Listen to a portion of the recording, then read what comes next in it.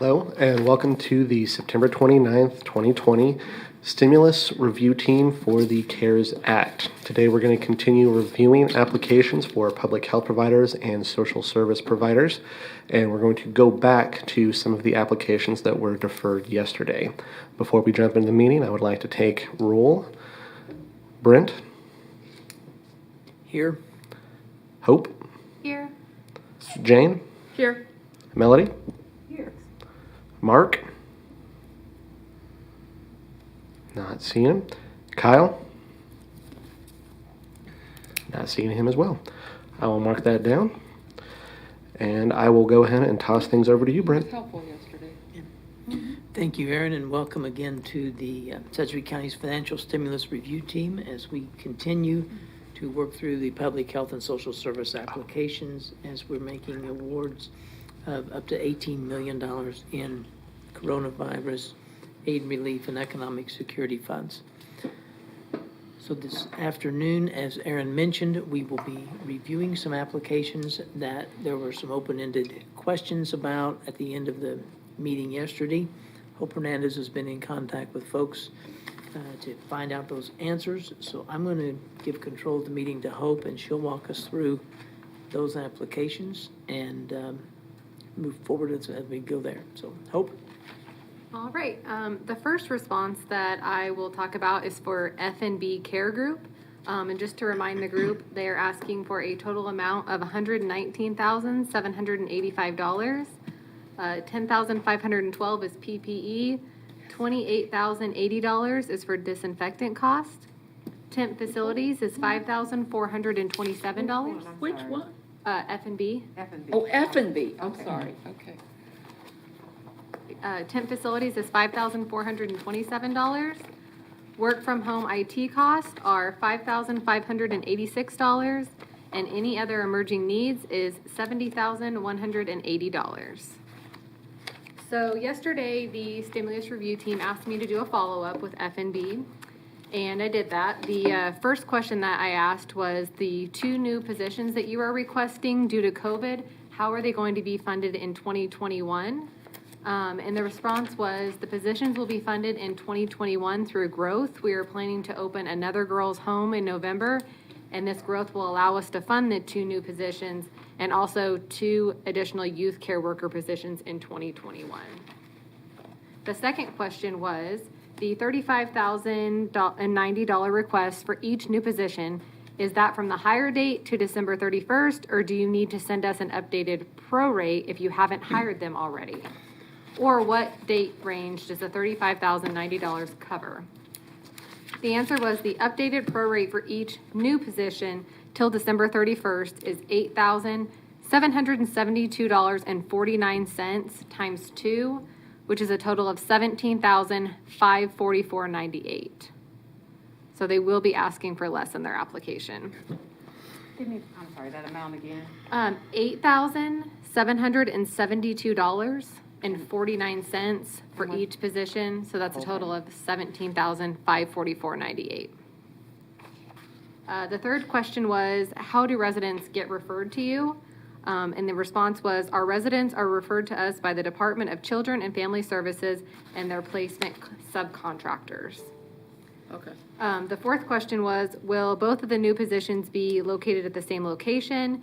And if so, being that you currently only have 3 residents, will you need both positions?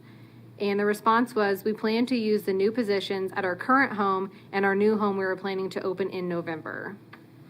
And the last question was, do you have the certifications or licenses that are required for the services that you provide? The response was, transitional living programs, TLPs, do not require a license or certificate to operate. We do have a residential placement service agreement approved by the Department of Children and Family Services. The approval process is very rigorous, including several inspections of the group home for residential preparedness and DCF approval by company policy and procedures and resident policy and procedure. So that is all the questions that I was asked to follow up on yesterday. Okay, so the other emerging needs goes from 70,000 to 17,545. Yes. Okay. That makes more sense. Dr. Walker on It the, really does. I assume all those certifications are fine. I don't know. Well, I think what I was hearing was that transitional living facilities aren't required. Aren't to have required. it. They do have an active, is it a contract that you said, Hope? Yes, they said they have a residential placement service agreement Service with agreement. DCF. With Child Protective Services? Yes. County or state? They did not say. Probably county, but yeah. My questions have been answered, and by lowering the amounts, 60,000? Yeah, 70 to 60. the total amount we'd approve today would be $28,557.98, since we already approved. And they the also other two. took out the working from home. That request is now gone. The 5,586. No, they did not take that out. Oh, I thought since the school district was providing the computers, they were not asking for those anymore. Is that That's a correct? different. Different one, Yeah. okay. All right, so that's still in there. Yep. Okay. If there are no additional questions, I would recommend that we approve F and B. Well, what is the final total? Do you want PP&E and Oh, disinfectant? the whole thing, yeah, I would. That's probably not part of the motion. I've got a total 67,150. And the PPE portion of that Okay. is 38,592. It was approved yesterday, which leaves us the balance 28,558. Okay. Now, I'll second Melody's motion. I have some concerns about sustainability, but I think the need is there, and I think we should give them a chance. I concur. Me They've too. answered all the questions. Well, we had a motion and a second to approve the balance of the funding request for F&B Care Group. It's $28,558 additional dollars. All in favor signify by saying aye. Aye. Aye. Opposed? Motion passes unanimously. Shannon, could you also update that in our Salesforce system, please, for the new amount?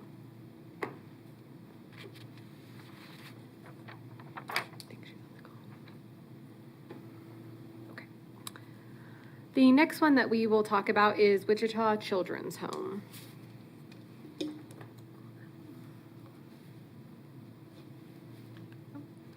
So just a reminder, the total requested amount was $147,709, $4,000 for PPE, $11,000 for disinfectant cost, $1,200 for work from home IT cost, and $33,800 for any other emerging needs, $74,003 for expanding service cost, and for food assistance program, it's $23,706.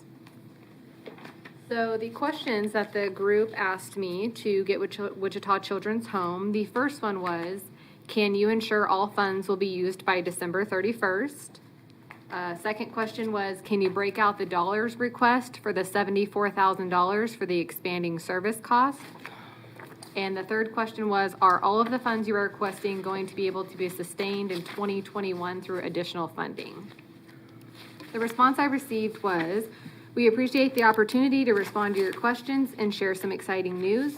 Since the time we submitted this application, actually just this week, we've opened our new youth homeless shelter, which includes overnight shelter beds for homeless youth, in addition to continuing operation of our day shelter / drop-in center all under one roof. Therefore, our expanded service needs are even greater than we originally requested. While the $74,000 for expanding services was originally based on 12 months, due to our recent overnight 24-hour expansion, we have revised how we would spend these funds by December 31st. Please find attached a breakout of how we would spend the $74,000 funds by the end of the year. Empowerment counselors are vital to offer safety, respect, and trust. These are core components for supporting homeless youth. Other items in our total request would also be purchased by December 31st. This assistance will be crucial to our community as we fight the spread of COVID-19 among vulnerable youth found on the streets and through coming cold months with risks of freezing temperatures. For continuing operations into 2021, yes, we are continuing to search for and secure donor funding as well as seeking additional grant funding to support operations, and we have the support of our Board of Trustees through our current fiscal budget through at least June of 2021. And I had emailed to the group the breakout earlier today, but I will go ahead and read that out loud. For personnel, they have empowerment counselors at $13 an hour times 7 full-time employees times 12 weeks was $43,680. They also have a nurse at $40 times 8 hours a week times 12 weeks is $3,840. And a housekeeper at $14 an hour times 40 hours a week times 12 weeks is $6,720. And that brings total personnel to $54,240. For fringe benefits, and this is kind of just goes along with personnel, that total came down to $19,763, and that's what's broken out with the total grand total of $74,003. Okay. That's a good response. I mean, appreciate that help. Yeah, so it was very thorough. Well, I personally would move that we approve the entire Wichita Children's Home application. I think those additional costs make sense to me. I would agree. What is the total amount? What's the adjusted amount? It didn't change. Yeah, it didn't Okay. change. They've changed what they're spending it on, but the dollars didn't Okay. change. Yeah, and we approved $15,000 yesterday in PPE and disinfectant costs. So it's the original amount? Yep. They just had some things Yeah, to they just broke it change. out a little different, yeah. And others have too, so. So I think the balance now is $132,709. I move that we approve that. Second? It's been moved and seconded to approve the Wichita Children's Home allocation of $132,709 additional dollars. All in favor signify by saying aye. Aye. Aye. Any opposition, same sign. Motion passes unanimously, so they are fully funded. The next one we'll move to is higher ground. So just a reminder, the total amount requested was $49,130. PPE was $5,443. Disinfectant costs was $1,562. Work from home IT costs were $19,640. And then expanding service costs were $22,485.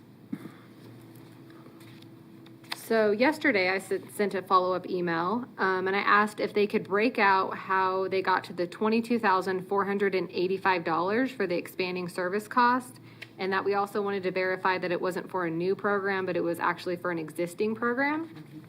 And the response I received from Higher Ground was that they apologized for the confusion. The costs were incurred to expand our capacity to continue providing current substance abuse treatment services. We moved from face-to-face services to remote, telephone, or virtual online services. This was in an effort to continue access to care for all treatment services to protect both our clients and staff and to comply with the early stay-at-home order. Currently, we only have one clinician who is ill and COVID positive and 2 others who had to be quarantined because of close exposure. With the new technology, they can continue to safely serve clients from their homes. All expenses were unforeseen and related to our response to the COVID pandemic. The bulk of the request related to the expansion of information technology needed for our staff to be able to continue services while working from home.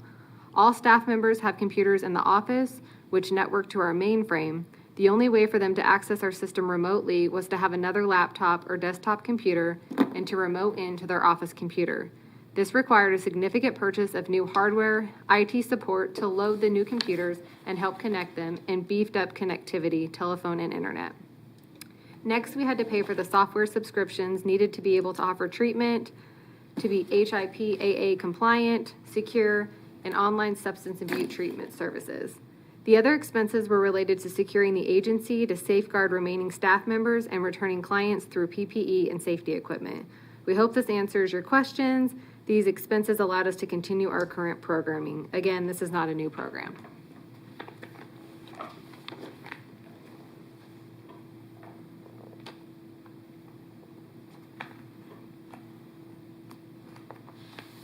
I don't have any additional questions.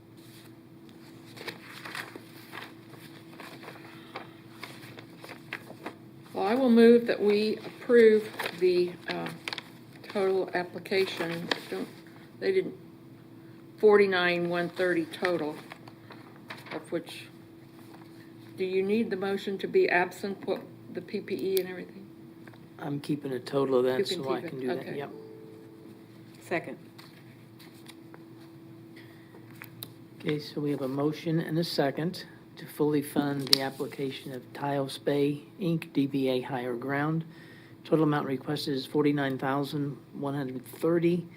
The balance after the PPE and disinfectant cost is $42,125. All in favor of that signify by saying aye. Aye. Aye. And any opposition, same sign. Motion passes unanimously. All right. So the next one that we will move to is the African American Council of Elders of Wichita / Sedgwick County. That's a Can- new one. Oh, Hope, can is I that- just ask a question sorry. here or make Sure. a suggestion? Sure.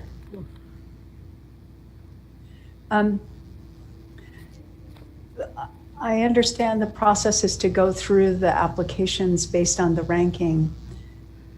But when we do that, we skip around. So sometimes we're looking at human service agencies, sometimes we're looking at healthcare providers. I was wondering, I'm just throwing out an idea, if we could consider applications in a group and try and knock them out. So healthcare is one of the areas that we're looking at. I believe Ascension Via Christi, Carnes Healthcare, Central Plains Health Partnership, Holy Family Medical, the Medical Loan Closet. I can't remember what we did with Mount Hope EMS, but they might be in this group. The University of Kansas School of Medicine and Wichita Women and Health Initiative are all in that category. What we were Some thinking of those, yeah, we were some just of trying those to are cover up what small we did yesterday. Yeah. and easily dispensed with, and others are larger, but a number of them, like the first two that I mentioned, we've taken up before, so we'd just be returning to them.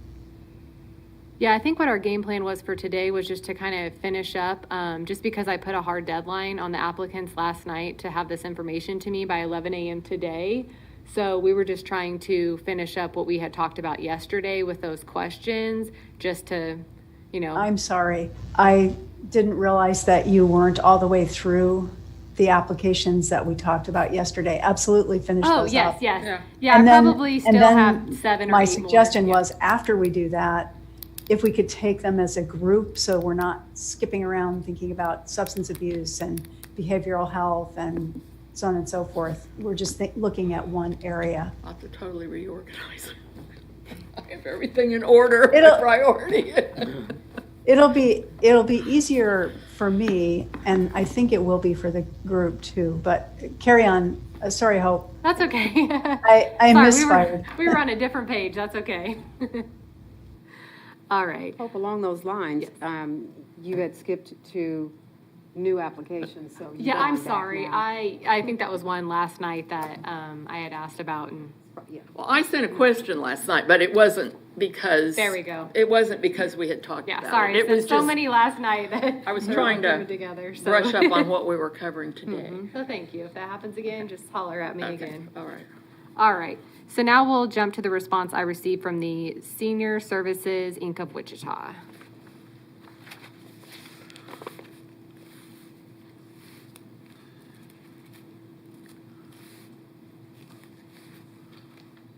There we go. Okay, so just a reminder, their request was for $34,241. The PPE was $3,181. Disinfectant costs were $18,913. Work from home / IT was $1,169. And the any other emerging needs bucket was $10,978. The question that I had sent yesterday on behalf of the team was I asked if they could break out the cost for the IT total of $1,169, and if they could also break out the cost for any other emerging needs of the $10,978, and if they could clarify how these costs are related to COVID. The response I received is attached is a detailed budget.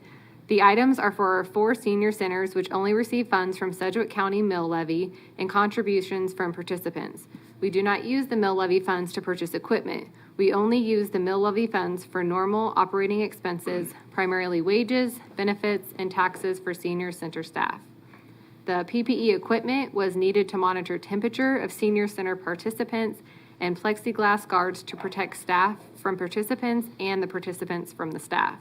The increased cleaning was for the equipment and disinfectants to help reduce viral load on the surfaces. We worked with a specialist from Williams Janitorial Services to determine what our needs would be to help protect the senior participants.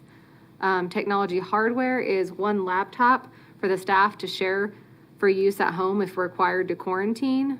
And then the emerging need adapting services, laptops and other equipment to help senior centers do online classes and reach out to isolated participants with social media. They will also help when participants are on site to social distance in the classrooms. Thank you for considering our request. And the breakout that they provided, I won't go over the PPE or the disinfectant since we already approved those. But again, it says the ThinkPad 15.6, which is a notebook for work from home and quarantine cases, which was the laptop they talked about earlier, $1,169, and they've already purchased it. And then on the any other emerging needs for the $10,978, it says my senior center special conference line dedicated to the senior center for video and live stream programming. Works from any phone, there's no ID or passwords, even works from a rotary phone, so it's perfect for seniors, for all 4 of the senior centers. And they had 4, it's a quote for 4 of them at $538 each, which was a total of $2,150. Then there was also a webcam with a microphone for the 4 senior centers and 5 support staff. The 5 support staff are marketing, fundraising, administrative assistant, director of programs, and a business manager. It says 9 at $110, which is a total of $987, which was already purchased. Also another ThinkPad, a notebook for 4 senior centers to provide online learning, and 1 additional for the AV system at the DSC for classes in multi-purpose room, allowing for social distancing. 5 at a cost of $1,169 each, which is a total of $5,843, which was already purchased. A Canon EOS Rebel camera and tripod and memory card for recording videos to post on Facebook for online learning, $399 already purchased. And then a Cassandra Dry and Design website, which updates to allow for more online communication with senior center participants and set up to capture emails to expand email blasts. And that was $1,600, and that was already purchased as well.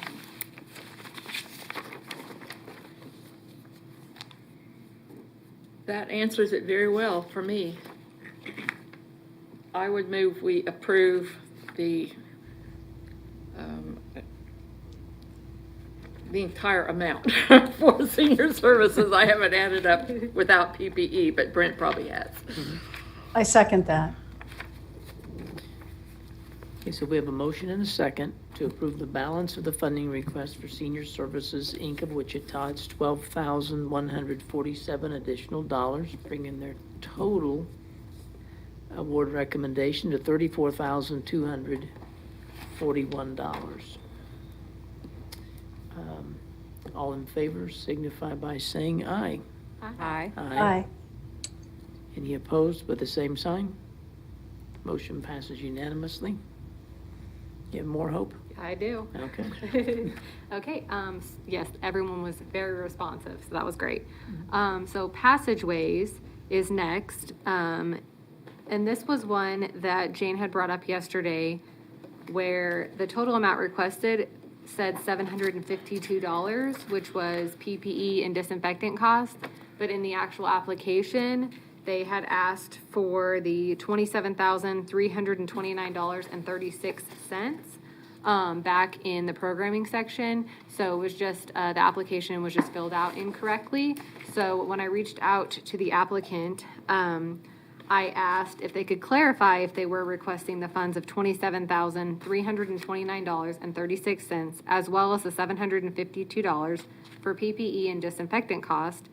And I said, as you can see in the application you submitted online, you may have picked the wrong field as your request only came across as $752.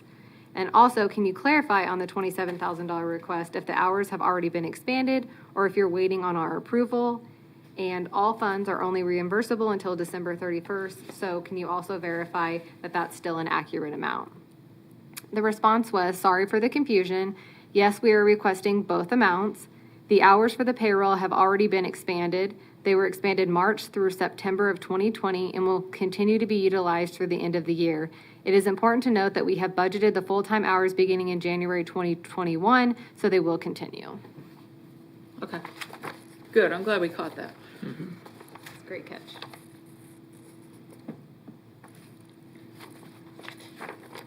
So the total amount, additional amount is $27,329.36? Yes. Right, okay. I move to approve the request as, the full request of passageway. Second.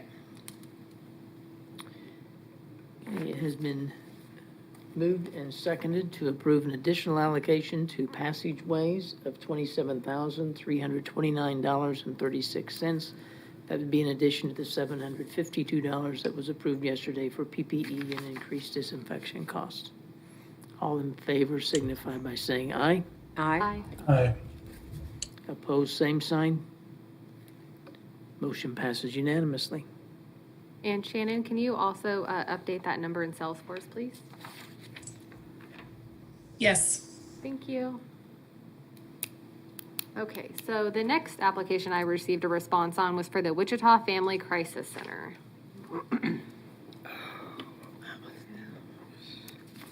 So just as a reminder, the total amount requested was $267,680. PPE was $41,600. Disinfectant cost was $4,060. Temporary facilities was $140,000.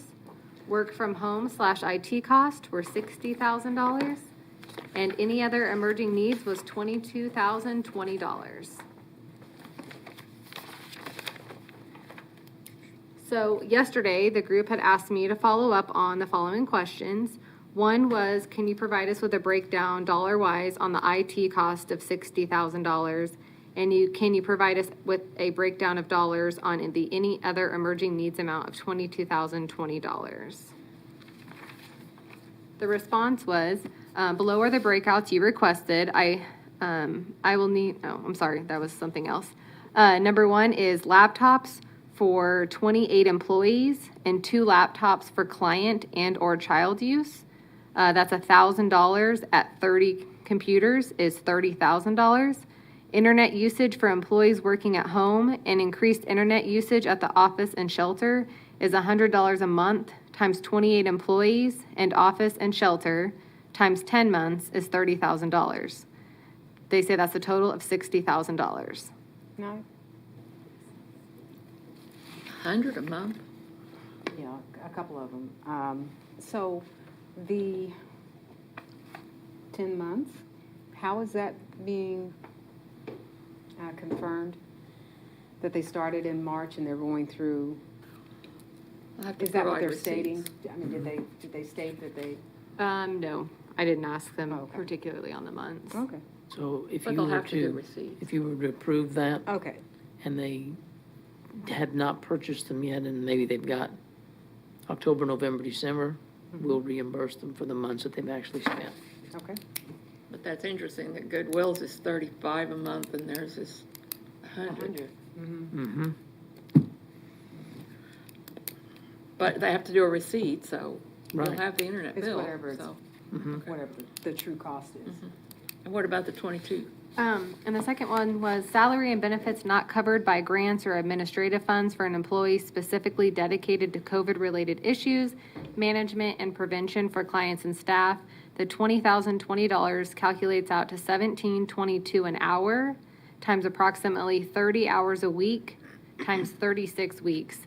And this is where they put the time. They said March through December 2020 plus FICA plus SUTA. Okay.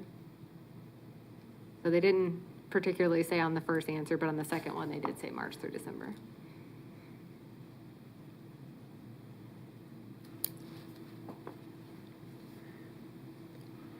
And we approved the temporary hotel rooms yesterday, I believe. Didn't we? We did. I think we did yesterday. Yes, we did.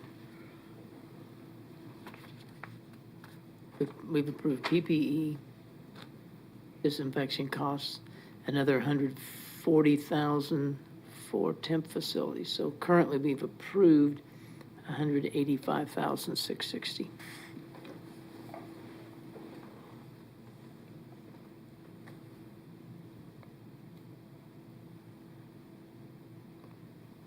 So let's go back to the work from home, ITIS. What was the question that we had? Did we have a question? Yeah, we did the details. Okay. 30 computers at All right, 1,000 so- each, and then 30,000 worth of internet, which seems awfully high, but So 30,000 for computers, because they're purchasing 30 and they're estimating, 1,000 each. That's probably reasonable. it depends on the computer. Yeah, it says 28 employees and then 2 for the clients and or child use. Then the internet usage. Yep, is the other 30,000. At 100 a month.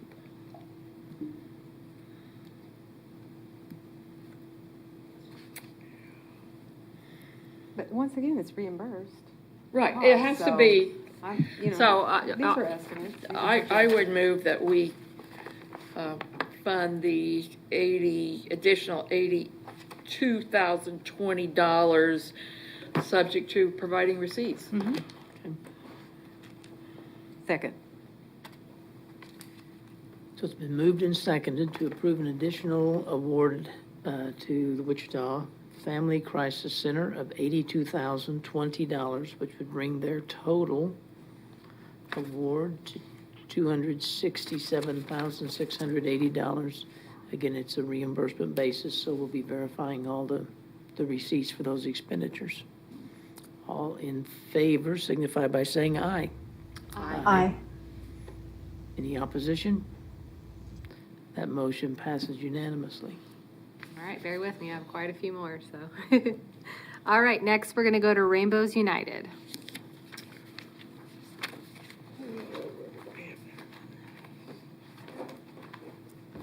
So the question that I proposed to Rainbows was if they could provide us a cost breakdown of the IT cost for the $126,783 and the any other emerging needs of $61,516. And that is what they provided us yesterday. And hope you Yes. specifically ask about the insurance. Yes, yeah. Okay. And so then last night, our follow-up questions were, one, on the flu shots request, is this for employees that don't have insurance?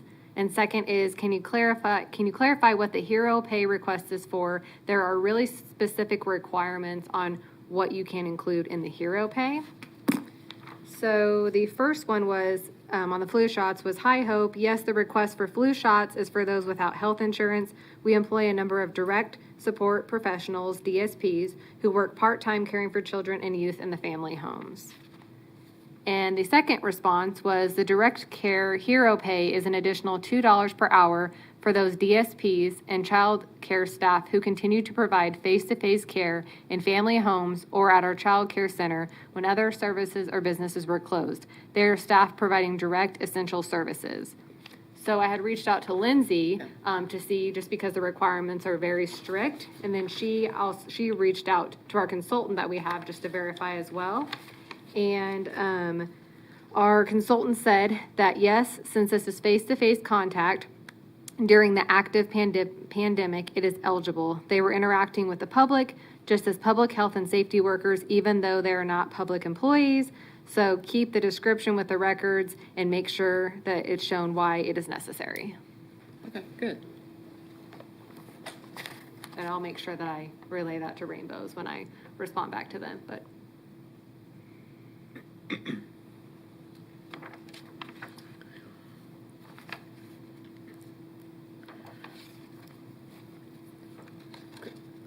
I've got some notes from yesterday. They dropped the IT, is that correct? From 126 to 62, I wrote that note in somewhere. Yes. So we haven't approved that yet. No, Okay. we did not approve that yet. We talked through their changes yesterday in the spreadsheet that I provided, but I don't think we approved anything yet. And I've got, they changed other emerging needs also to 60,514, or is that? Right, and that's the 62,303 for the IT and 60,514 of the Okay. current requests. Well, then I will move that we approve 122,817, which is 62,303 for IT and 60,514 for other, including the hero pay. And I think that included plexiglass and laminating and 4 rainbows. Second. We have a motion and a second to approve an additional $122,817 for Rainbows United as detailed by Jane's motion. All in favor signify by saying aye. Aye. Any opposed, same sign. Motion passes unanimously. Shannon, can you also verify that that correct updated amount is in Salesforce, please? Thank you. Yes. Trying to multitask. Okay, so the next applicant that I got a response on was the University of Kansas School of Medicine and Medical Practice. So the first question that the team asked me to go back on was, 1, can you ensure the funds will only be used towards Sedgwick County residents? And 2, can you tell us why this is COVID related and ensure us that it was not originally budgeted for? So thank you for reaching out. 1, yes, we can ensure the funds will only go to the residents of Sedgwick County. And 2, the new program request has been derived in response to COVID. For our school-based health project, we understand the importance of keeping kids in schools for not only intellectual development, but the social and emotional component of their health as well. COVID is only increasing the burden of seeking health care for the parents in our partner district. Providing resources that can be on-site to help assess and diagnose the patient will assist with mitigating missed education time due to COVID symptoms. In addition, COVID has created extra burden on patients seeking in-person health care if their provider is even offering it. For these reasons, COVID has created a unique opportunity to eliminate the barriers around access to care for some of our patients. For other patient populations, remote monitoring is a way to protect our chronically ill, medically complex patient population from exposure to COVID. These patients are the most susceptible to COVID, as well as the patients who require routine monitoring due to their conditions and the speed at which they could deteriorate. Remote monitoring will allow us to provide the scheduled care they need when they need it, while minimizing the COVID risks to them, their families, and our providers. Lastly, for our neuropsych patients, these funds will allow us to provide the needed testing for this population in a safe environment.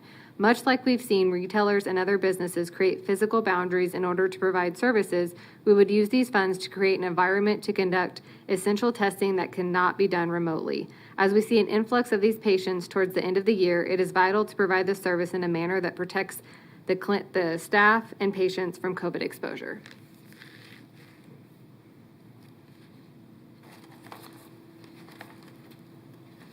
Okay, so the quick answer was yes, but they didn't. Correct. Stuck there.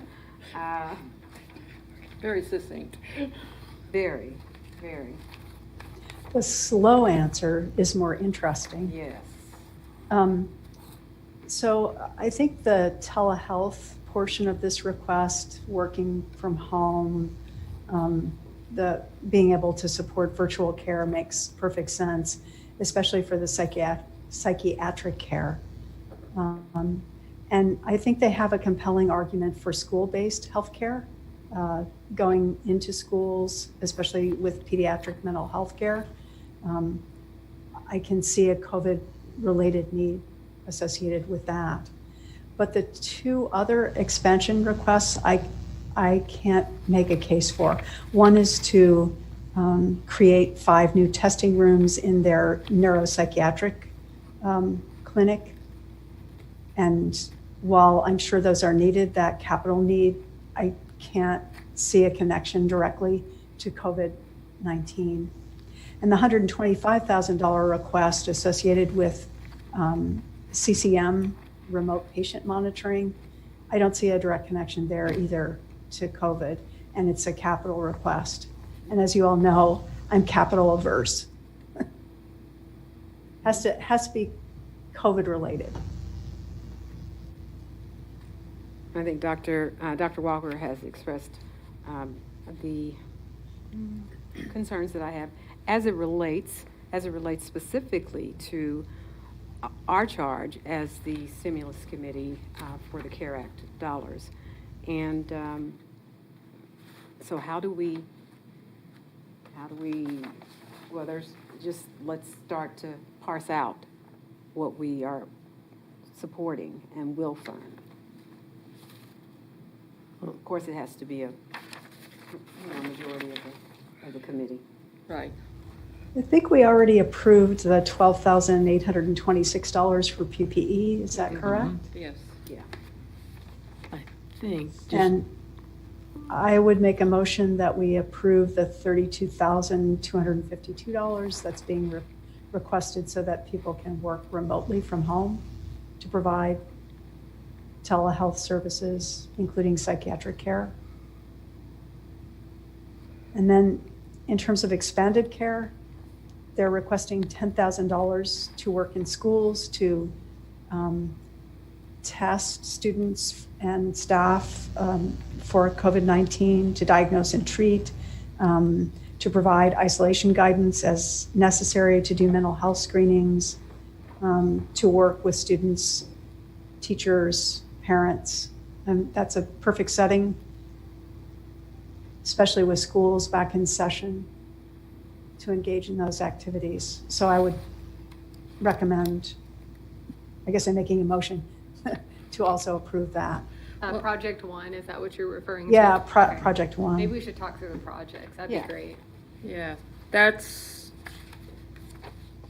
what, roughly 32,000 project, well, more than that. If you look on page 3, it just says they're requesting $10,000 for that Project One. Well, but that's not what's on the second, page 4 of 6. I think it might be more clear if we actually go through. Well, for me, it will. Because they're I'll saying, just speak for myself. project 1, it's physician cost 26,767. Where are you?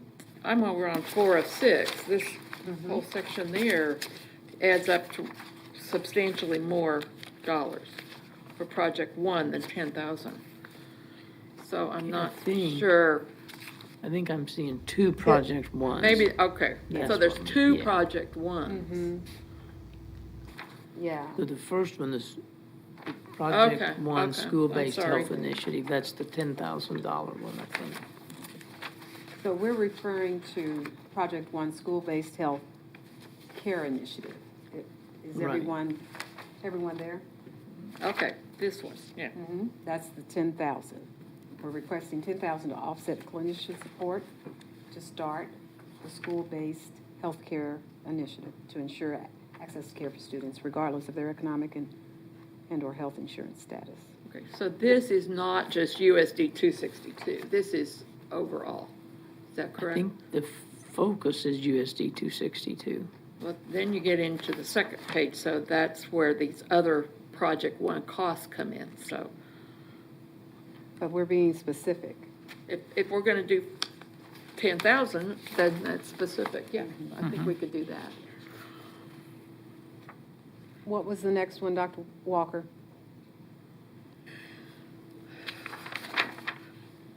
Up in the first section, it's in the work from home, ITIS, Okay. for 32,250, Okay. and it's 20 laptops for telehealth and HIPAA compliant Zoom licenses too.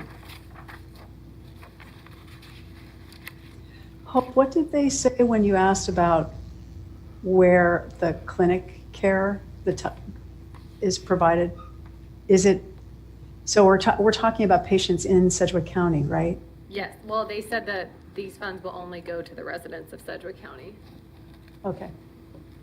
Whether it's school-based care or telehealth that's delivered?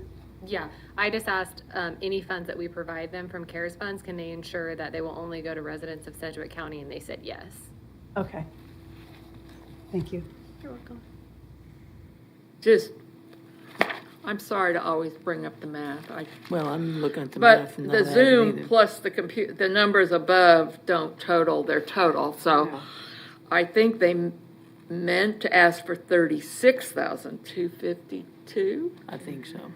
Yeah. not 32,252, so it's 4,000 difference. If we're adding the I thought, HIPAA I compliance. had noticed that and thought you might be slipping, so I was ready, but you were there.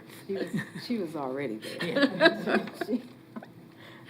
So, for my sake, HIPAA compliant, Zoom's license, 13,500.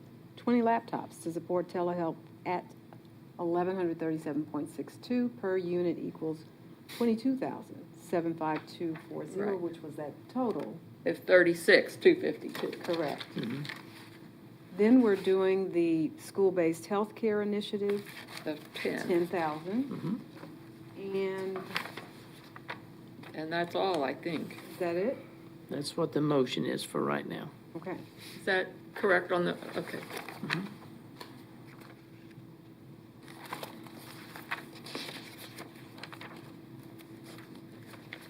Okay. I second the motion. Okay. So we've got a motion and a second to approve an additional $46,252.40 for the University of Kansas. It is for two programs, $10,000 for a school-based initiative and $36,252 for telehealth services. Okay. All in favor signify by saying aye. Aye. Aye. Aye. Any opposed? Motion passes unanimously. Brent, what did you say the total was on that one that we just approved? 46,252.40. Thank you. All right. So the next response, or the applicant I reached out to, was Aveda Assisted Living and Memory Care at Rolling Hills. Their total amount requested was $123,202. PPE was $9,846. Disinfectant cost was $3,356. And any other emerging needs was $110,000. The team asked me to follow up and make sure that regarding the $110,000 that they requested for payroll, what will their method be to determine what payroll costs are associated with COVID versus normal or routine payroll cost by those employees? The response was that we have identified those individuals that are working outside of their normal payroll duties, and they're tracking their payroll cost. We had to hire some additional staff to cover COVID-related tasks that was outside our original scope this operating year.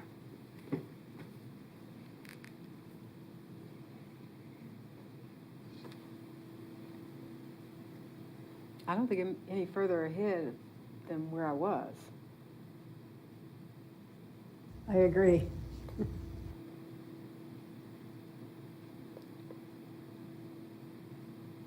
So in this instance, do we ask again, committee?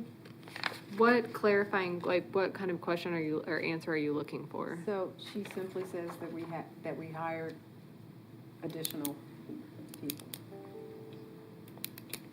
What did that entail? What were the questions again, so that I can make sure that, What will be your method to determine what payroll costs are associated with COVID versus the normal or routine payroll costs? Could you read the response again? We have identified those individuals that are working outside their normal payroll duties and tracking their payroll cost. And we had to hire some additional staff to cover a COVID-related task that was outside our original scope this operating year. so they're saying that they've actually identified it, they're tracking it. I'd like to know. Okay. I mean, the county's done the same thing, right? We're doing- Taking people who are now working on COVID and those are qualifying costs. Right. So to the extent that they've hired additional people, those should be easy to quantify. Okay. They hired someone extra for additional cleaning, somebody extra to bring food to the room instead of it's in the dining, whatever it might be. Those would be pretty easy to identify. Then if they've got somebody whose duties have shifted, they'll need to quantify that. And as I understand the guidance, I think it would carry to an organization like this. Then if the duties are substantially dedicated to COVID, then that's a pivot that would make those eligible. So we've identified some people like that in the county. Okay, so you already have criteria that you can easily apply to this setting also, Yeah, I that you think, would be able to identify and capture. Okay. so we would ask them, specifically, we'll ask those questions, then how was this person dedicated to COVID? And they can tell us that they hired somebody extra because they had to additional cleaning for food prep, whatever it might be, Or isolation. as a response to the pandemic. Okay. And this is also a home that's had a cluster. Exactly. So they may have that had- makes sense, they would have had to add some people. Yeah, they may have had some extra testing costs and recurring testing costs. So they'll identify those things and identify for us those people who were substantially dedicated to COVID and then those additional folks. And I've made a note that I'll send them some follow-up guidance on, so they can start prepping now. So for example, there are gonna be specific requirements of not necessarily proving that they were using those hours for COVID-related things versus non-COVID. So I'll make sure I send some follow-up guidance so they can start preparing for that now. And again, they have to provide the receipts, and then we'll reimburse for what's appropriate. Okay.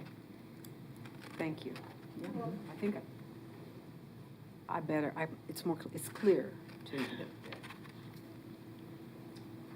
So Well, with I that- would move we approve up to the $110,000 for additional payroll related to COVID at this facility. Okay? Second? So it's been moved and seconded to approve an additional $110,000 to the Aveda Assisted Living and Memory Care at Rolling Hills for additional payroll and personnel costs due to COVID mitigation. All in favor signify by saying aye. Aye. Aye. Any opposed, same sign. That motion passes unanimously. Hope. All right. Next up on responses, I have the YMCA. The only question that we had for the YMCA was if they could clarify that the requested dollar amounts in the application are from March to December 31st of this year. And I'm sorry, let me read off what their request was. Okay.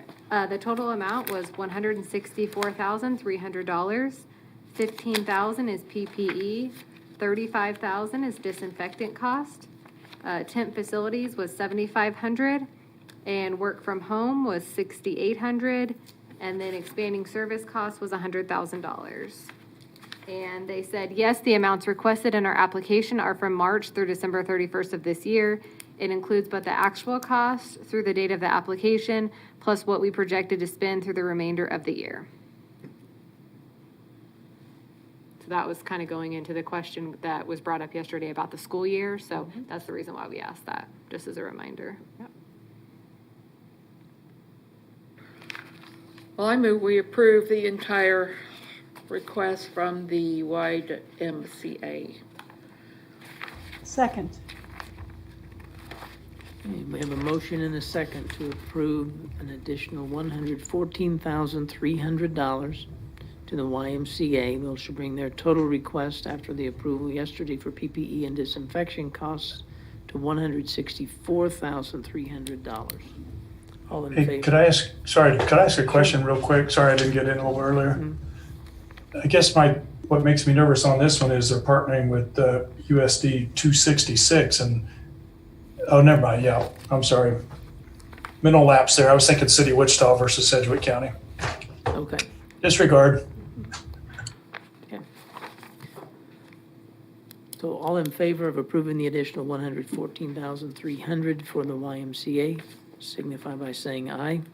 Aye. Aye. Aye. And any opposed, same sign. Motion passes unanimously. You have All any right. more? Yep. Okay. All right, next we'll go to Starkey. Again, this is a follow-up. See if I can find them on my list. Oh, they're there. All right, so again, just a reminder, the total amount requested was $117,000, $35,000 for PPE, $6,500 for disinfectant cost, $3,500 for a temp facility, $12,000 of work from home IT cost, and the any other emerging needs was $60,000. And so what the group had asked me yesterday was if he could give us more detail on the $60,000 for the any other emerging needs bucket. And so $30,000 is for the, I'm gonna say this wrong, ionizing, am I saying that right? Equipment install for the HVAC systems that serve some of the program areas, and we talked a little bit about that yesterday. And that was a quote. Testing expense not covered by insurance, largely testing related to N-95 respirators is $12,000. Plexiglass shield/dividers for training and program areas, which is $12,000. And miscellaneous expenses that don't fit into those categories was $6,000.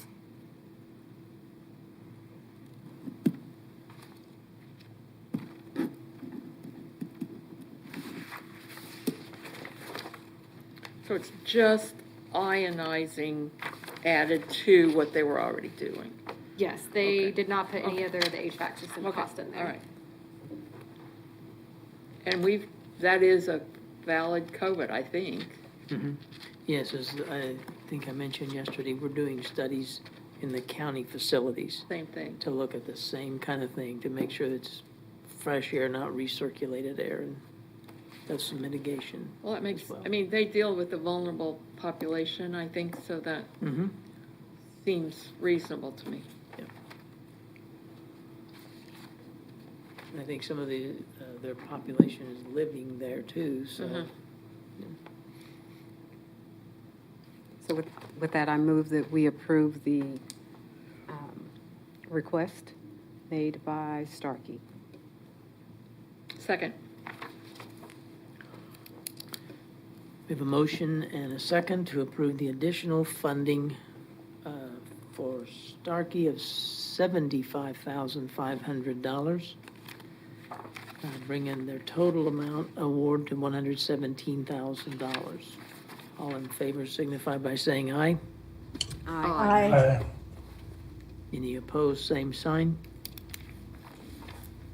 Passes unanimously. All right, next we'll go to HopeNet, Inc.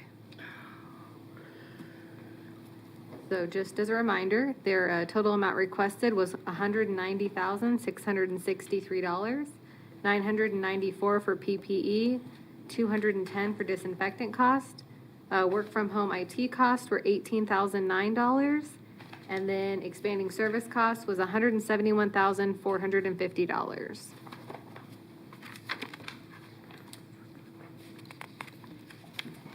So the question that I reached out to this entity for was if they could ensure that the services will only be provided to Sedgwick County residents, since the application says the state of Kansas. We had a little bit of discussion about that yesterday.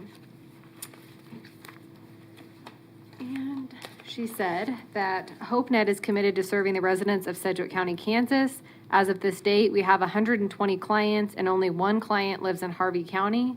21 clients who are waiting for openings with a therapist reside in Sedgwick County. Our office is in the middle of one of the poorest zip codes in Sedgwick County, and our commitment and intent is to serve our community. Due to COVID-19, over 80% of our clients prefer virtual sessions rather than in-person sessions. And she said, just as a revision, they have a church in Andover that has sent them 3 clients, and the only way to ensure us that only Sedgwick County residents will be served with allotted funds would be to put a process in place to use separate equipment for out-of-county residents, and they are capable of doing that. They have a very sophisticated client software program. Separate equipment? What would be? I'm not concerned, but I'm just wondering, why would? I don't know. Okay, I don't remember what that's- the original application was, but. Yeah, I'd have to find it. I haven't found it, so. I'm good. So it sounds as though at minimum, that there may be a minimal, that would flow into those services that reside outside of the county. So it sounds as though. And they're upfront about it. There's 1, and then they were just referred 3 from Butler, but they have a process in place.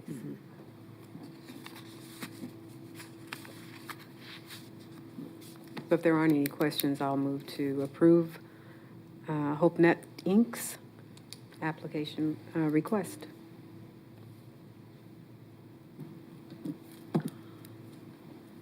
I'll second it. So we have a motion and a second to approve the additional $189,459 for HopeNet Inc.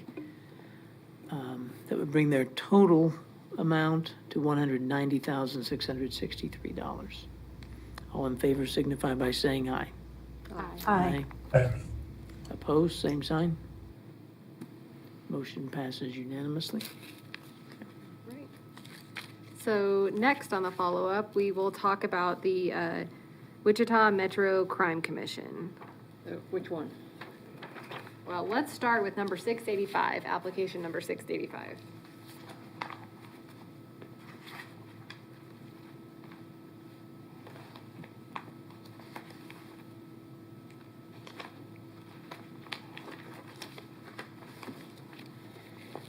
Oh, this is WSU, Yes. right?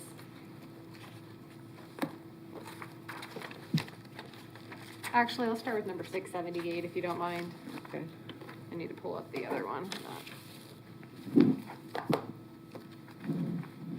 And this one's talking about the Mental Health and Substance Abuse Coalition strategic plan. And I did send that out to the group earlier. It's 27 pages, so we won't go through that right now. But anyone have the application, how much this one is for 678? 60,000. All right, this request is for 60,000. All right, so the question I had sent to her was, 1, who have you been talking to in terms of IT for this plan? Who will maintain the database? Will this work going forward after COVID? Will there still be a need? Was this in your budget originally before COVID? Can you ensure confidentiality in data? And what data are you collecting? So lots of questions on this one. So she said, the Mental Health and Substance Abuse Coalition has been officially meeting for about 1.5 years.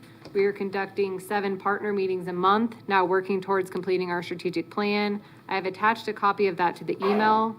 The coalition is staffed by 1 county employee who is currently being funded via community grant and then has hired consultants to guide the process. These consultants are paid via private and public funds.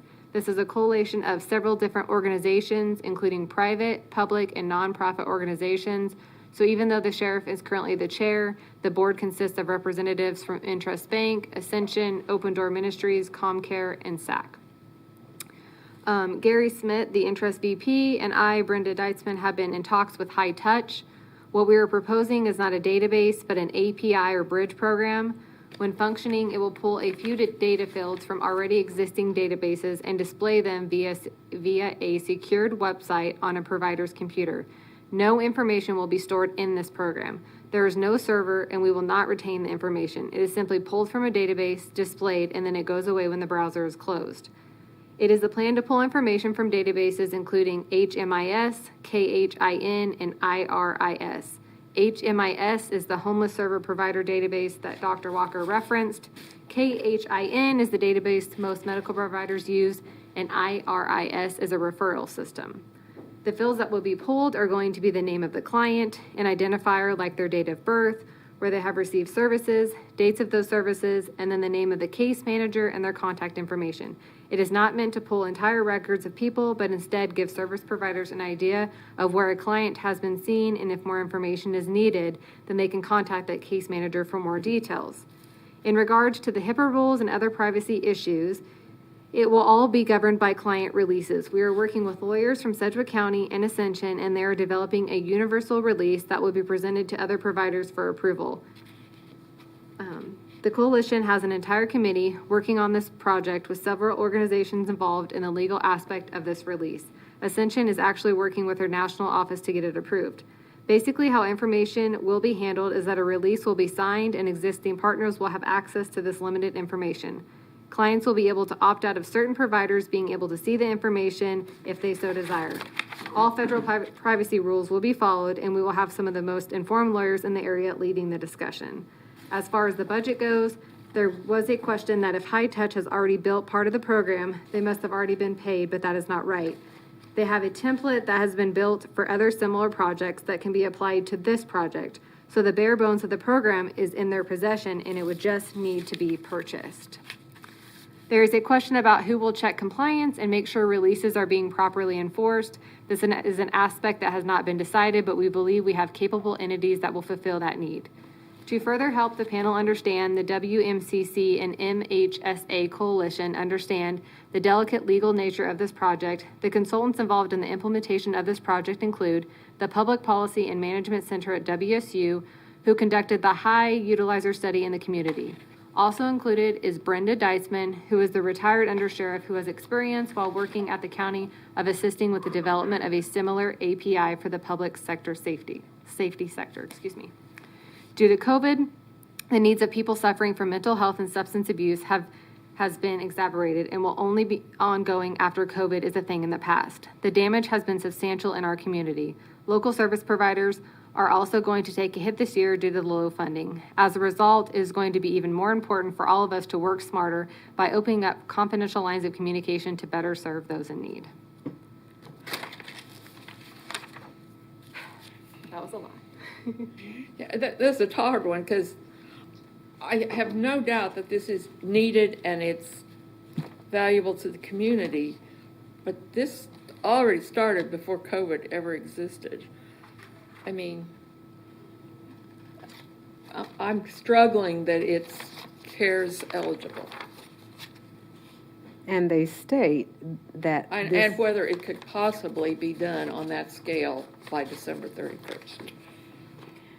Yeah, I think their link to COVID is that it is. But they were already working on this before COVID ever started. This is not new. This is not COVID started. No, But- I can speak to it. I can speak to the need. I agree. We've been wanting this, we that have been in the social service arena We for have. so long. That's true. If we can do this, we know that it's a good thing. If we can do this, we know that it's a good thing. To your point, Yeah. Go ahead. to Brent's point, it's what they state is that it's been exacerbated by COVID. They don't say that COVID created this. Well, does that, They say it's been exacerbated. where are we on following CARES rules then that would make this qualify? I don't doubt it's a good thing. Right. That's a different issue. Does Lindsay happen to be on the line? Yes. And that might be a question for Kevin as well. I mean, they Kevin, say yeah. during stay-at-home orders, communication's more difficult due to space limitations, digital connection. And their services were decreased in ComCare by 30% of the lack of ability to track clients. So they're working on this. Now COVID hit. I guess they want to speed it up to get.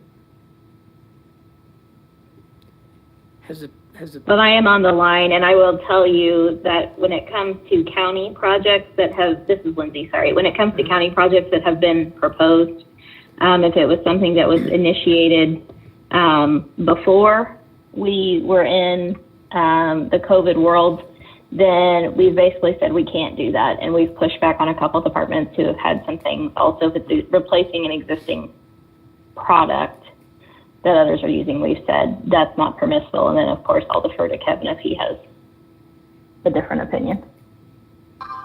Not at all. You and I talked about that long before we ever got started on this process based on the guidance we already had. And I tend to still believe that that's the case.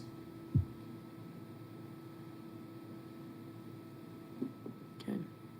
So you're falling on the side that it would not qualify for CARES money? That, I think without additional documentation that shows how, I mean, I understand it's been exacerbated. I understand everything has gotten worse through this. But what we have to be able to demonstrate is that this is something that wasn't necessarily contemplated before budgets were approved. We have to make sure that this is truly a necessary cost due to COVID. And I don't know that you all necessarily have that level of information now based on what I've heard your discussion today. Agreed. then I would move we table this Yeah. until we have better understanding of whether it would qualify.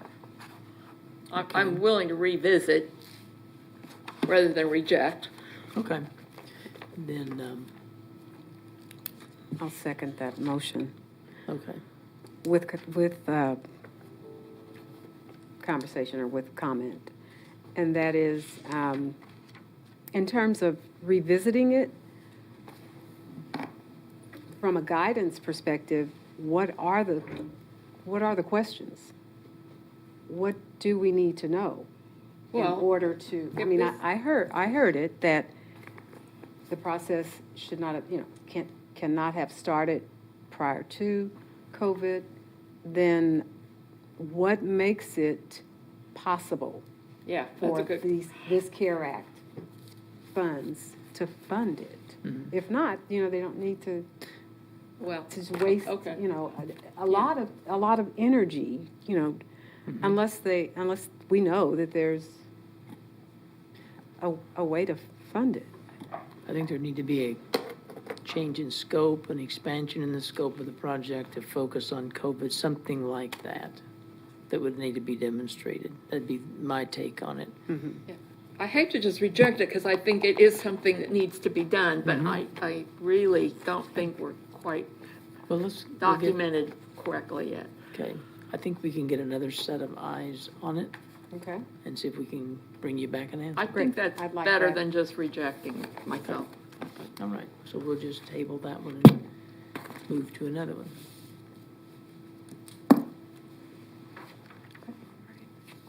Let's look at the same for, let's see. Nope, they all pretty much have the same answers for those. So we'll table all three of the Wichita Metro Crime. Metro Crime Commission until we can get a little bit more guidance. All three have the same issue, kind of. So I just sent this out to the team. I actually got an updated response from Goodwill in the last couple of minutes, so. Wow. I would go ahead and send that out. So it was clarifying another question Jane had asked me a little bit earlier. So for Goodwill's application, and we did talk about Goodwill yesterday, didn't we? Just want to clarify. Yes, we did. Okay. We did, yes, we did. Don't want to start going off again on a different one. No, you're fine. You were really busy yesterday. Yeah. So, the first original question that we had for them was if they could please clarify what the updated request would be dollars-wise, since they wanted to remove the cellular cost, or if they wanted to update it, because our breakout wasn't coming together. So the new breakout now that they sent, they said that they were sorry for the confusion. The $525 per quarter is incorrect. The correct number is what we stated in previous email on September 21st, which is $8,750 per month for cellular service at $35 per month. Multiply the $8,750 times 3 months, and that's $26,250. Yeah. Since we've removed the cellular service cost from our request, I subtracted the $26,250 from the original ask of $315,000, which leaves us $288,750 in total computer cost to be expended by December 30th. And they broke it out below, which they have 250 Dell computers at a cost of $660.95, which comes to a total cost of $165,237.50. Accidental damage protection on those 250 units, which is $111.16 per unit, which comes to $27,790. Microsoft Office Home and Business for the 250 units, which is $249.67 each, which comes to $62,417.50. Security software on those computers, $83.89 each, which is $20,972.50. And then finally, setup and installation cost on the 250 computers at $49.33 each is $12,332.50, which gives us a total cost of $288,750. And They this- apologize for the confusion, and hope that clarified it up. Well, that's part of which bucket of their, is this part of They said the original ask Expanding? was 315, and now they're moving that down to 288. but I don't have a 315 anywhere, so where did that come from?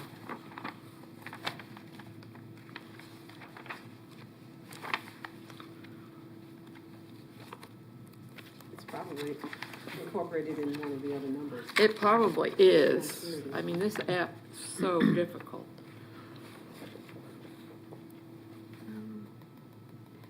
There's the 419, but I think it's part of this $1,326,000 number, maybe.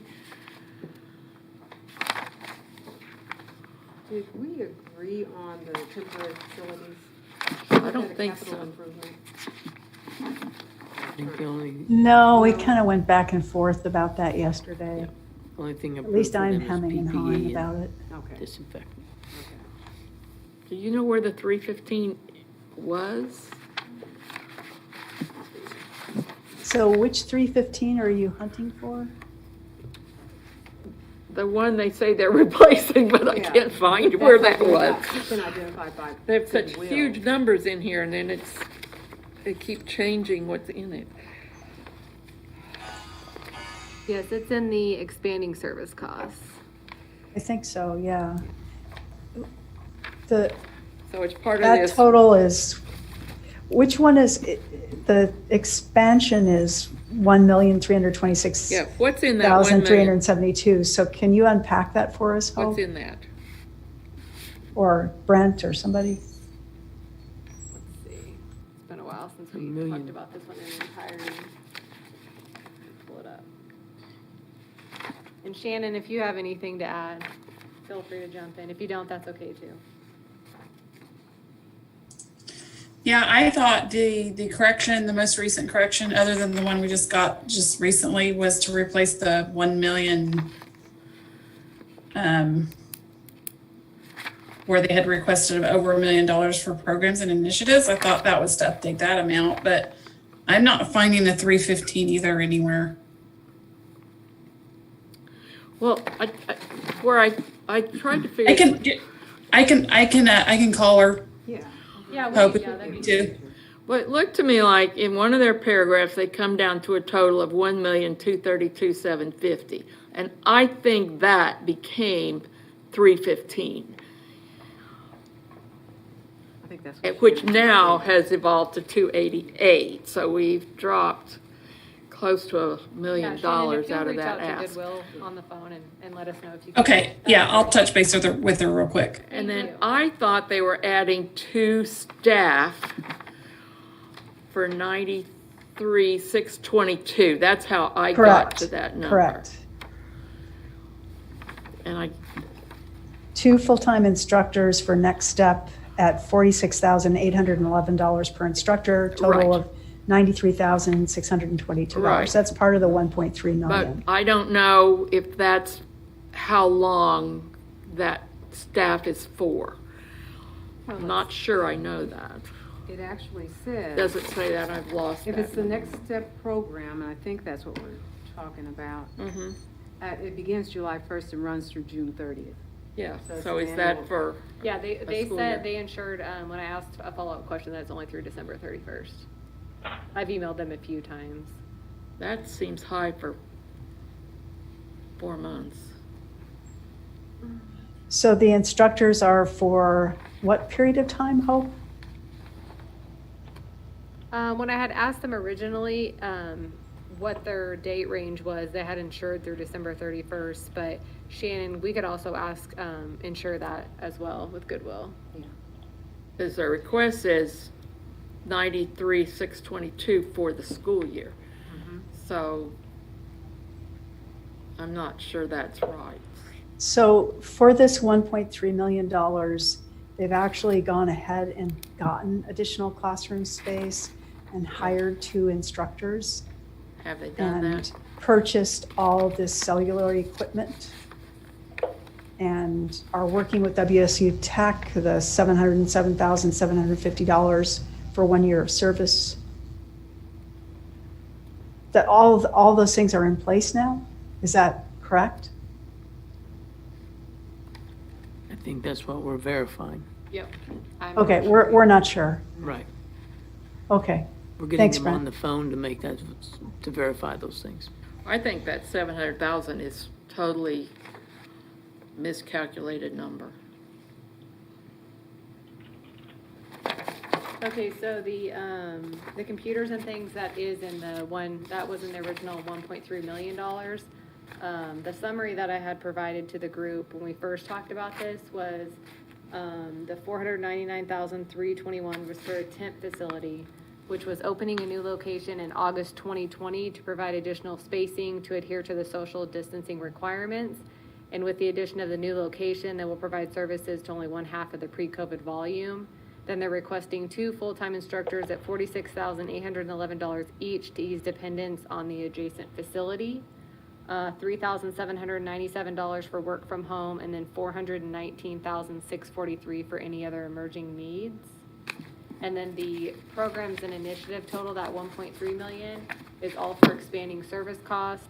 The Next Step Alliance and Adult Education Program is for that. It said COVID-19 forced a shutdown of in-person classes and testing, and the layoff of 3 full-time positions and 1 part-time position. And then that's when they started talking about the computer programs down there. So that's part of that. So that'll But not that be number is way high. the 1.3. When she mentions the additional facility, the attached facility, did I hear that? Adjacent facility is what they called it. Facility, so it's on the same campus.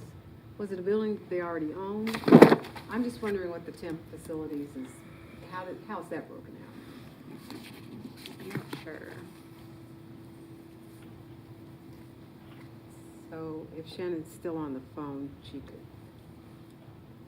Yeah, I sent her a text, but Okay. maybe you guys just go ahead and give me all the questions that you want me to ask so we can ask him in one swoop. Well, it might be helpful if they just went back and took every number and what they're really asking for Like a currently. breakout of all the costs. agreed. It's a,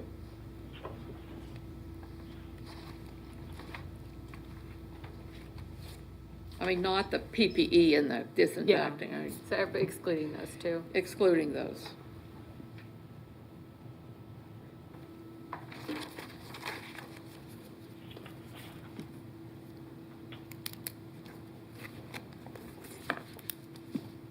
And then I'll ask them if it was a building that they already owned for that adjacent facility, and if they've hired the teachers yet, and ensure the, prorate, if not. And what are the costs that are included in the temporary facilities? Right, they're renting it for how many months? Renting it? And then, of course, the overhead.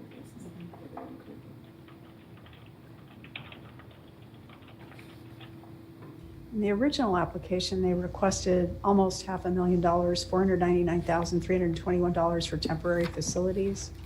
And I think yesterday, Hope, you said that their idea was to maintain these additional facilities so that they could physically distance for classes and services.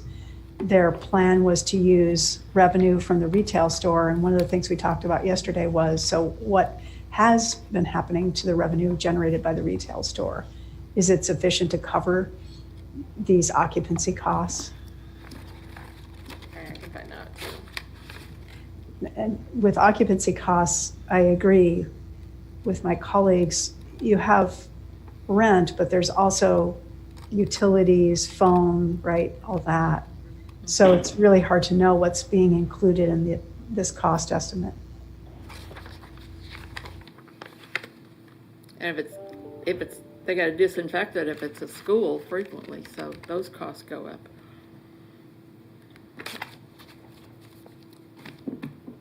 All right. So should we go ahead and table this one and get some, I'll have to get out with them Yeah. to get the breakout of the costs and all of that, so. Let's see how many times we can visit the Goodwill application. I think what we need from them is It may break the record. final ask, details to answers to these questions, but with some trued up numbers and a final request. Okay, I think that sounds good.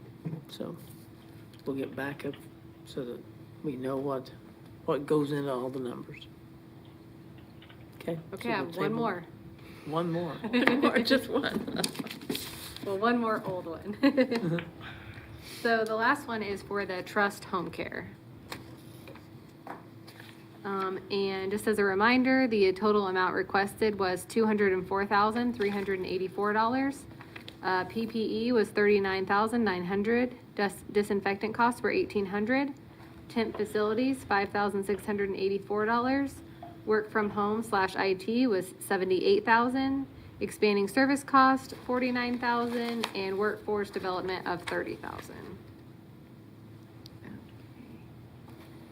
So I reached out and asked if they could clarify how they got to the $152,400 for the total cost in the bottom of their application, where they had all of their additional $10,000 that we were missing from that calculation was for office furniture. It says for Medicare expansion, it says office furniture $10,000 should be added for Medicare expansion for a total of $152,400. However, our request is for $152,400 and $125,384, which is a total of $277,784. The requested budget was confusing at the time, and we filled it out incorrectly. My apologies. So Jane and I were looking at it a little bit before, just making sure the math looked good, and yeah, we agree that Now it it did look adds, at least. I'm still not sure. I think it's COVID. And it's billable. They're getting qualified to do billable services. That was our other issue, I believe Dr. Walker had yesterday, which is a valid one.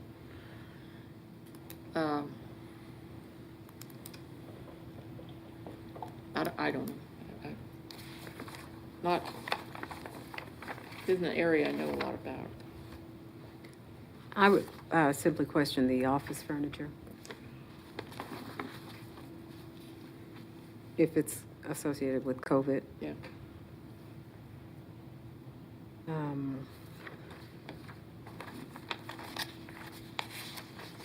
And we're at 270 plus? 277,784. Oh, so this total requested isn't right either. Right. Right. Yeah, It's I didn't increased. read that. I didn't mark that. Yeah, that's kind of what I was asking you. Yeah. I was getting myself Yeah. confused earlier.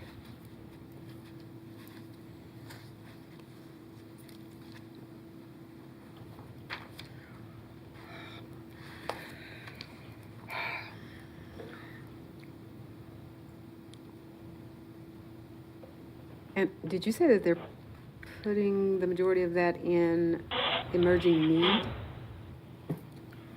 Because I don't, It's an where is it initiative, at? I think. I don't.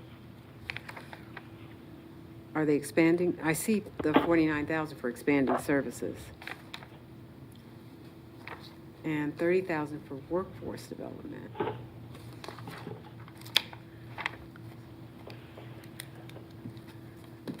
So is it the 152,4 plus 125,384? I think so, yes. That's what it is. Okay, so that whole other budget is, instead of 79,000, it's 152,4. Where did it go? Where is it? Page 4 of 5. Yeah, no, I see that, but the additional 70,000? Hope, Hope, this is Kyle. Which one are we looking at? We're looking at Trust Home Care.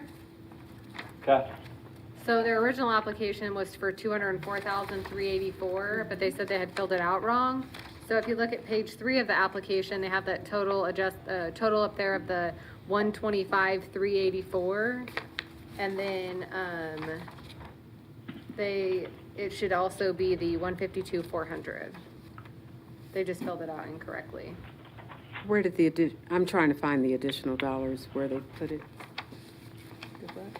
Well, if it's not 79. Then it's instead this 130. it's this 152. Right, so what is it other, where did they, expanding service cost or? All of this has been revised, their whole budget, I think. And we don't have it.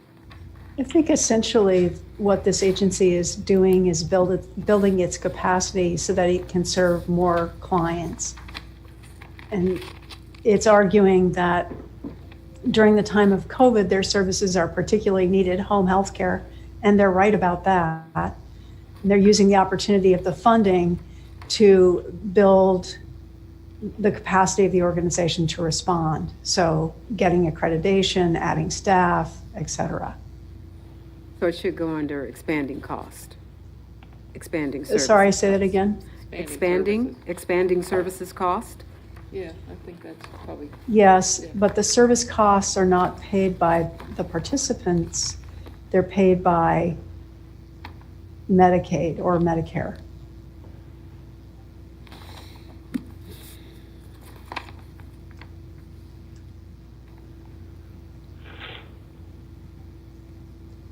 So once this expansion happens, it should be sustainable, in other words, because they'll be able to generate more revenue by delivering these services and getting reimbursed.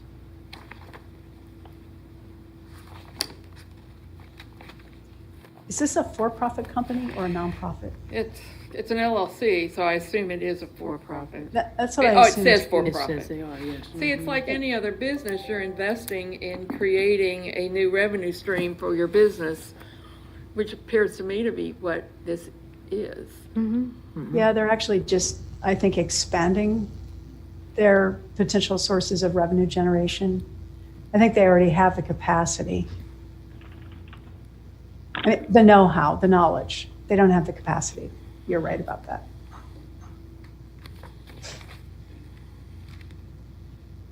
And are they based in Sedgwick County or Wichita, or are they a national organization with a local? I've got a local address, but I don't know. Yeah, I noticed that the address was local, but I was wondering if it's, We could check the Secretary of State's websites where you'd find that out. yeah.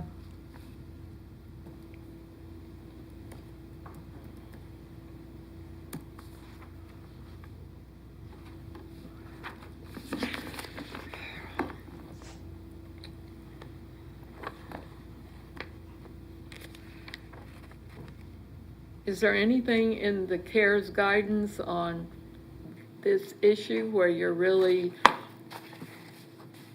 doing business development for a for-profit company? I mean, it's really what would be doing, and I'm not sure that's appropriate.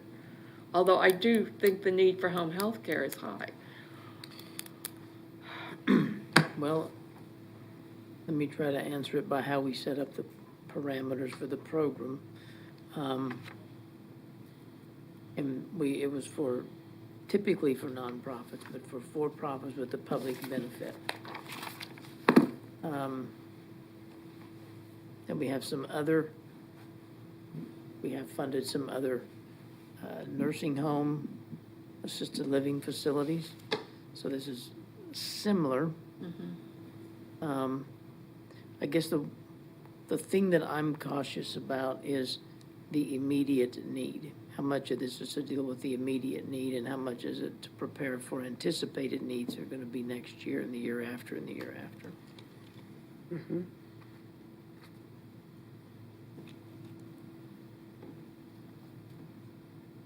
Because there's a whole sector under method of estimating cost services that truly is about building out this program.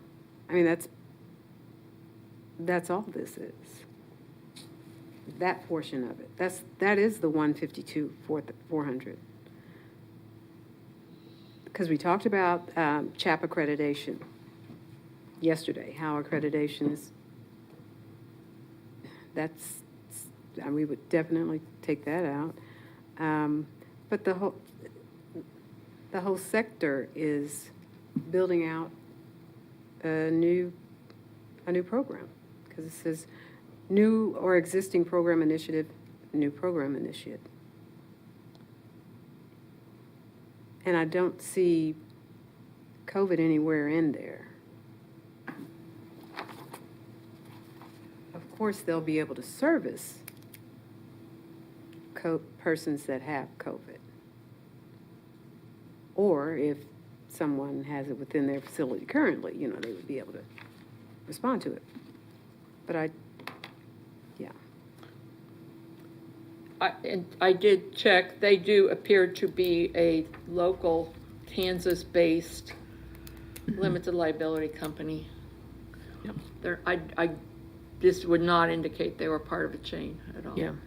I just went to Thank you. Secretary of State and also that's their where I went. website, and I'm not seeing anything that indicates. I think they that are is a okay. local organization. Right. I think the argument for providing support to this is that it's safer for vulnerable populations, older adults, people who have chronic conditions, to receive services in the community and in home, not in an institution, but in their own home. Less likely to end up COVID positive. But they don't, in the application itself, they don't really make that connection. They don't, they mention COVID here and there, but maybe we should, given the size of this request, they're asking for over $200,000, maybe we should set this application aside for now. Well, I would be okay with doing the work from home and the, I assume, temporary facilities, I would too. but maybe put the second on hold. I'm good with that. That's a substantial ask, it's in and of itself. So- The work from It home is. is what, $78,000? Right. and you're supporting that based on Although, the, well, I think we've, Because they're keeping people safe by serving them in the community and keeping them out of emergency rooms, because the chronic condition that they experience that requires in-home care is being attended to. well, they're doing telehealth, they needed technology for, and now they do have upgrades to restrooms, IT, but those would seem COVID related to me. Yeah, I So- think consistent with what we've been doing with others, working from home, the ITIS is consistent. I mean, that's a response to changing the way you deliver your COVID. service to meet COVID. The temporary facilities, that's kind of the cleaning and some other things that they talked about in there, that's directly related to COVID. So I can support those two. The other just seems to me to be preparing for anticipated needs in the future. So Well, I move we approve the 78,000 of IT costs and 5,684 of temporary facilities. I'd second that. So we have a motion and a second to approve. It would be $83,684 additionally for work from home, IT and IS solutions and temporary facilities for Trust Home Care. All in favor signify by saying aye. Aye. Any opposed? Kyle, were you just getting in under the wire with an aye? Yes, I was late on the I for Okay, in support. okay, very good. Appreciate it. Kind of hard to hear. So I guess my follow-up question is, on the $49,000 for the expanding service cost and the $30,000 for the workforce development, are we leaving that off? Do I need to do any follow-up? What is the team's will on that one? On which one? The remainder that's left on trust? Well, that's the whole 152.4. Mm-hmm. That 79 became the 152.4. Oh, right. So we did not approve that. Right, Okay. yeah. Okay. Is that the last one you have, Hope, that were from yesterday? That's it. How's everybody doing? Would you like a few minute break or would you like to? Break. Okay, I think I heard that. Virtual world. That was an appeal. Yes, that was Okay, break. that'd be great. Okay, we'll take about 10, 15-minute break and be back, let's say 2:35. Perfect, thank you. You bet.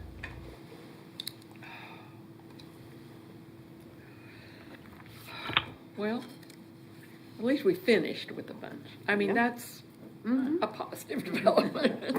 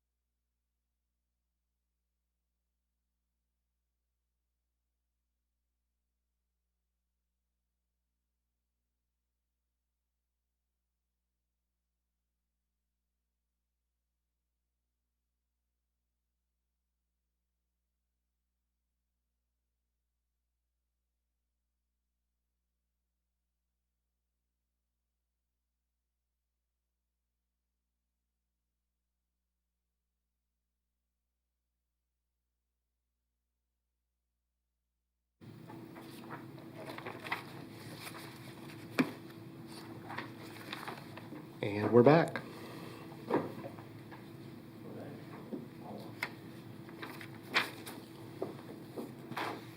Okay, we have returned from a break and ready to continue through the process now of looking at applications. One that we deferred yesterday was the Salvation Army, so we'll take that up next.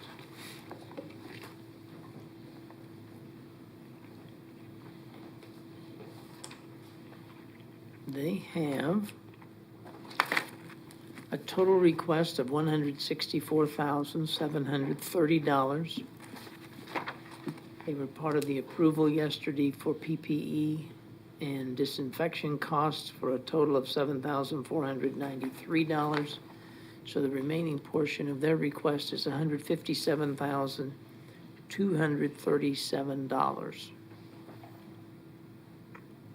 The remainder is $3,433 in 10 facilities. Sorry about that. The remainder is $3,433 in temp facilities, $13,510 in work from home IT costs, $7,294 in any other emerging needs, $103,000 in expanding service costs, and $30,000 in food assistance programs.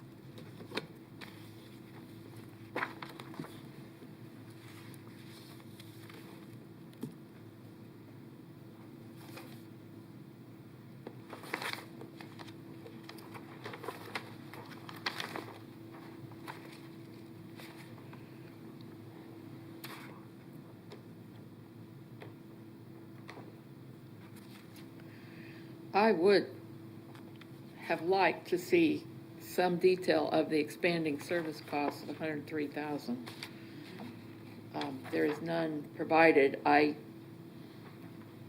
think the service for kids who are trying to do online schooling is good, but there's very little is detail on the cost.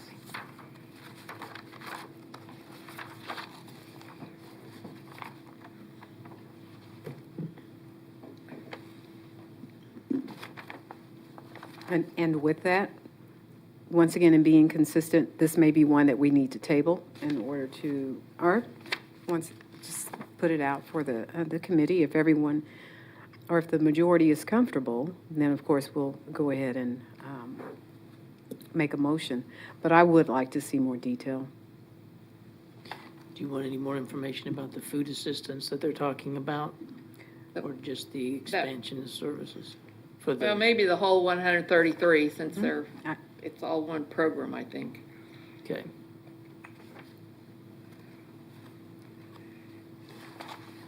The other thing I had a question on, although, is they talk about these Camp Hiawatha employees, 61,000, but I don't think it's in the request, because I can't find those dollars anywhere.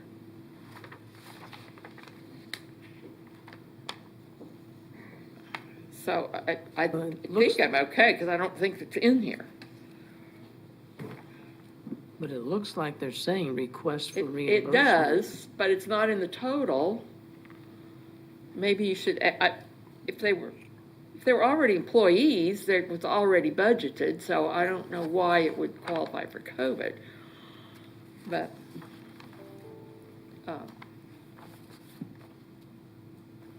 so I wouldn't think it would be reimbursable, but if you're calling them anyway, you might ask. Which employees are you talking about? Well, I don't think it's in their ask, but maybe they meant it to be. We've had some of those. They're asking, well, they talk about $61,530 in salaries at Camp Hiawatha. With a rationale says instead of laying employees off, they worked at our facility. But I don't know why that would be reimbursable. Unless there was something special at Camp Hiawatha that was COVID related and they pivoted to that, they'll just need to tell us. But they were clearly budgeted salaries. If they're already budgeted, they're already working and they just moved someplace else. I guess more detail about this. Is the 61,530 an additional ask? And if so, how's it related to COVID? Okay. How is it an additional COVID-related expense, I guess? And then they've got the increase, there's another $1,498 for an employee that went from part-time to full-time, and some hazard pay in their emergency homeless shelter employees of $5,816.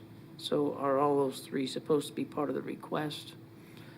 I think is what we're looking at. Did they leave it off?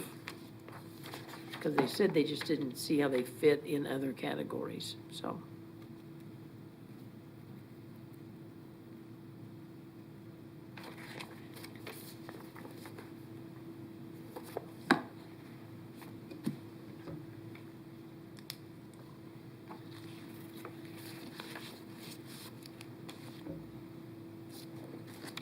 Okay. So we'll look at that one tomorrow, not tomorrow, Thursday. Okay, the next would be Wichita Presbyterian Manor is the next one on our list.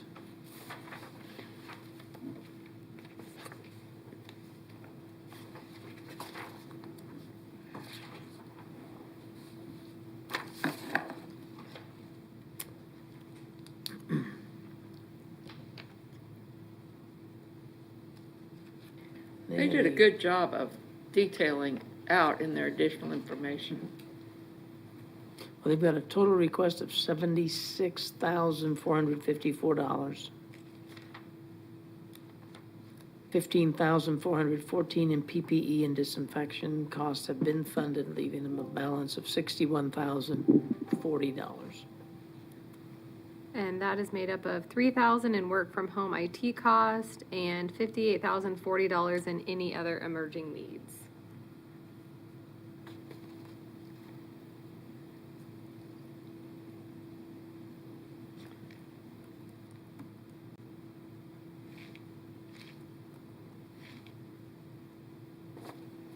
And, let's see. I thought the detail they provided today, it looked to me like it was all CARES, COVID-related. It's temperature and intake monitoring, testing of all employees, which they would have been having to do. I would move we accept and fund the entire $76,454 application. That's not, I mean, that's the entire thing, Right. including PPE. Second. We have a motion and a second to approve an additional $61,040 for Wichita Presbyterian Manor, bringing their total to $76,454. All in favor signify by saying aye. Aye. Any opposition? Hearing none, the motion passes unanimously.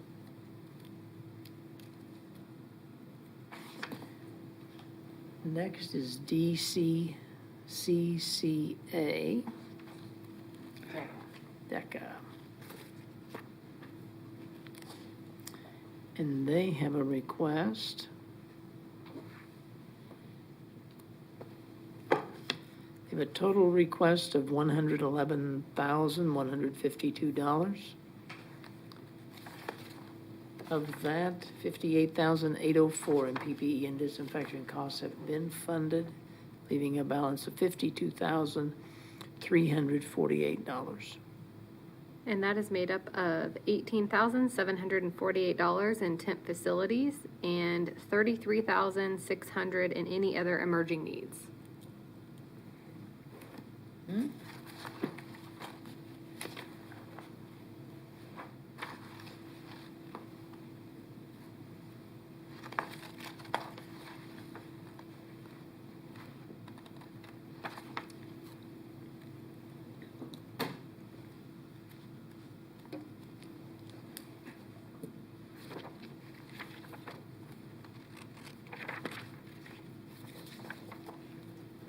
So the total is, that's confusing because I think their total request is actually more than 64,976. Because then they added 3,248, which is 5% for indirect costs, which I wasn't interested in funding, really. I wonder how they came to that. 5% of their other asks is what Oh, it says, so. Well, typically. But I wasn't really wanting to fund that. And we haven't seen that as an No. item No, that we funded. I don't want to get That's that started. No. Yeah. Well, I would move we approve the 64,976. Second.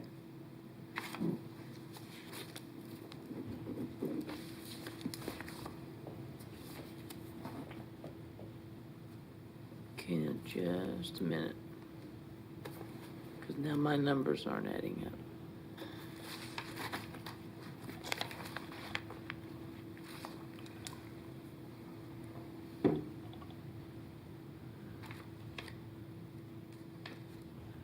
I'm showing 52 on this. Remaining. But the 64,976 includes the PPE and disinfection, which we Yes, it does. funded. And then down below, we pick up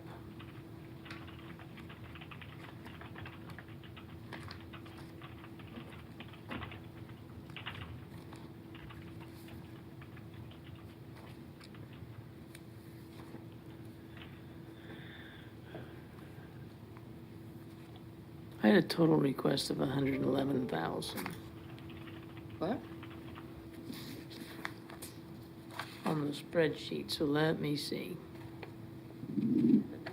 Total request of 64, including PPE. Okay.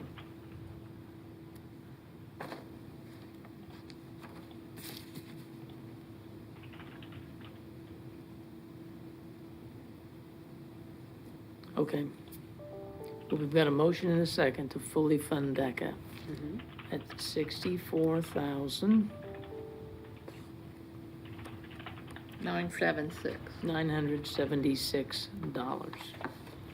A portion of that was funded for PPE and disinfection. So the total request for them would be $64,976. So all in favor signify by saying aye. Aye. Aye. Aye. Opposed? Motion passes unanimously. Apologize for that confusion. Maybe I'm the only one that was confused.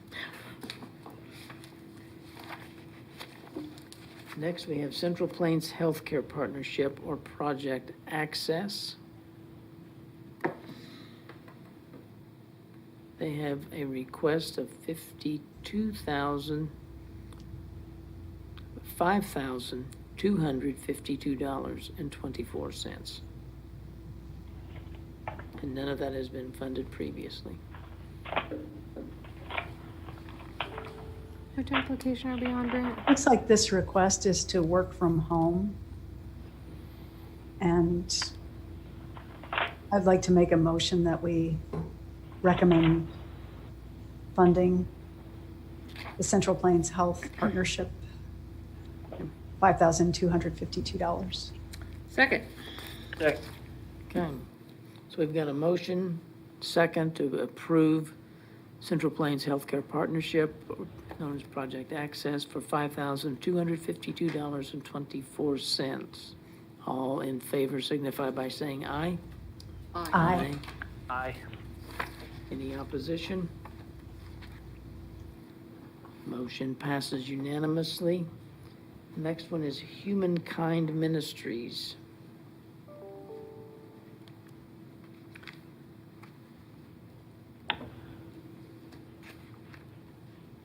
And they have a total request of $393,700.21. PPE and disinfection have been approved for $23,658.08. Remaining in their request is $370,042.13. Okay, and that's made up of $20,000 in temp facilities, $1,827 in work from home, and $348,215 in any other emerging needs. And I had emailed the group this, but they provided a documented spreadsheet for October, November, and December that breaks out the costs that they have requested for that $393,700.21. This is an application that we carefully went through earlier. And we've had time to reflect, or I have at least, about it. I think all of these expenditures are COVID related, and I feel comfortable recommending approval of the full amount being requested. My only question, and they didn't answer it too well, was that these were not already budgeted. If they're all new, I'm in support.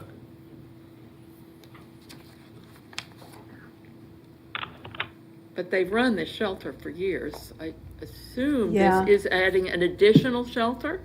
If it is, fine. Yes, they have a building that they own that's been sitting vacant, I gather, from the application.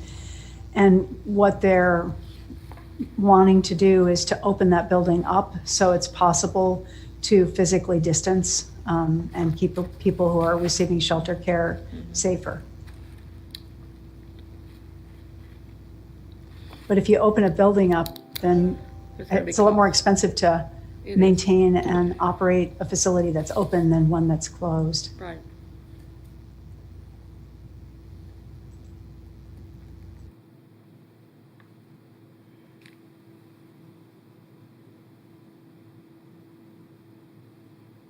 The other thing. Do we think the rent assistance qualifies under the CARES Act? I would think it might because of layoffs and unemployment. Is that? You're talking about the rent for the shelter? No, I'm talking about the rent assistance because people aren't paying their rent to them in their apartments at $20,000 a month. I think I'm okay with that. As long as it falls within the CARES funding. Right. And I think an agency that wants to provide rental assistance, that's an eligible use of CARES to provide somebody with rent assistance because they've been laid off due to COVID. That was something that was one of the things we heard about in the notice of funding opportunity, but we didn't get much response for that, but I think that's eligible. Well, the only question is it just lost revenue for them? That's because that's not qualified. So does this fit? So are they for giving rent or are they? Well, it says they've had $20,000 in past due rental income, $20,000 per month. Right. So, which is lost revenue to the agency. Mm-hmm. But if it's because of COVID, does that make it qualify? Wouldn't be an expense that they could quantify, I don't think. Because it's in this app, I think. Right. Yeah, they talk about the $20,000 in clients from past due rental income. I was taking it the other way. They have apartments they rent. So. Right. And people get subsidized rent to live in those facilities. And there are maintenance costs associated with maintaining those facilities. So if the people who rent, who experience severe mental illness or have other challenges that make it difficult for them to work full-time, or they lose their job because they're essential workers and their business closed or whatever, then they're not going to be able to pay their rent and they face eviction. It'd be good if at least the clients, the program participants of this agency who are safely housed now could remain safely housed from now until the end of the year and at least forestall eviction, Okay. particularly in the cold months. I would think we could fit that within a COVID expense.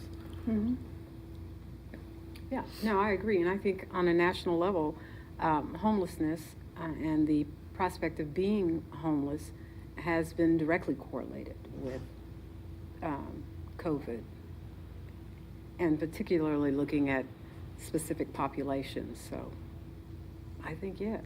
Okay. I think we can. I'm comfortable with funding the entire request. Okay. Okay. Well, I think we have a motion to do that, but I don't remember hearing a second. I think it was made by Dr. Walker. I think she made the motion, but I didn't hear a second. Second. Okay. So we have a motion and a second to approve the full funding request for Humankind Ministries. The additional funding that we're requesting now would be $370,042.13, bringing their total award to $393,700.21. All in favor signify by saying aye. Aye. Aye. Opposed, same sign. That motion passes unanimously. Next is It Takes a Village. They provided us with an application for a total request of $139,520. We funded $5,500 in PPE and disinfection, which brings them down to $134,020. The remainder is work from home for $5,000, $500 in any other emerging needs, $105,000 in expanding service cost, and $23,520 in food assistance programs. I received 2 responses, but I think we might have already talked about this, but they did say they wanted to remove the laptop lines due to USD 259 giving students laptops before they were able to, or after they submitted their application. So that 5 is gone. Okay. I haven't updated amount for us. Work from home IT is gone. Right? And then the problem was they were asking for the school year. So have they prorated that for us?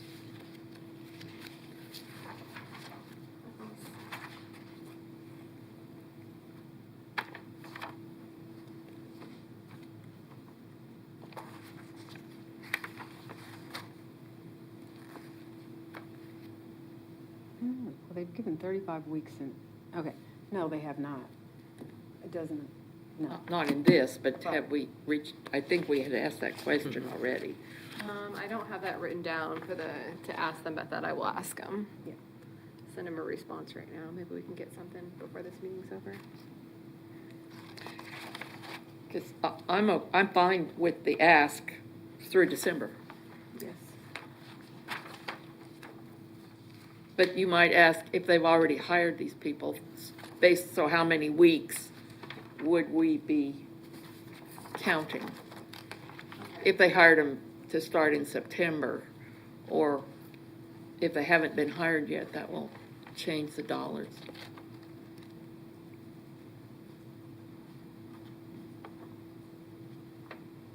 Would you like to approve the request with just the amendment? And we won't know the total amount, but we could cap it and take it. We'll know that we're only going to fund up to December 30th. Did you make a motion? I so move. Second. Okay. So it's been moved and seconded to approve the funding request of It Takes a Village for all expenses that they have requested through December 30th of 2020. But not the laptops that they've removed. Right. And that would exclude the last item, which was The 5,000 work from home, those were, Okay, the school district provided them. right, okay, except for the $5,000 for work from home. So that would, okay, are we clear on the motion? We're gonna fund everything except work from home ITIS, and we're gonna fund the request through December 30th of 2020. Yes. Yes. Okay, so that's been moved and seconded. All in favor signify by saying aye. Aye. Aye. Aye. Aye. Any opposition? Hearing none, the motion passes unanimously. Next on our list is the United Way of the Plains. I don't think I ever got that one. Do you have United Way's application?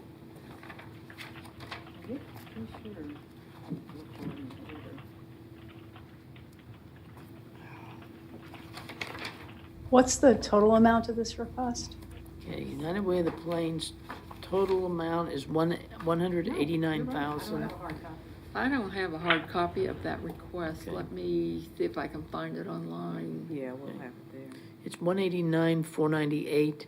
They did not make a request for PPE or disinfection costs. So that is the balance that we would be reviewing.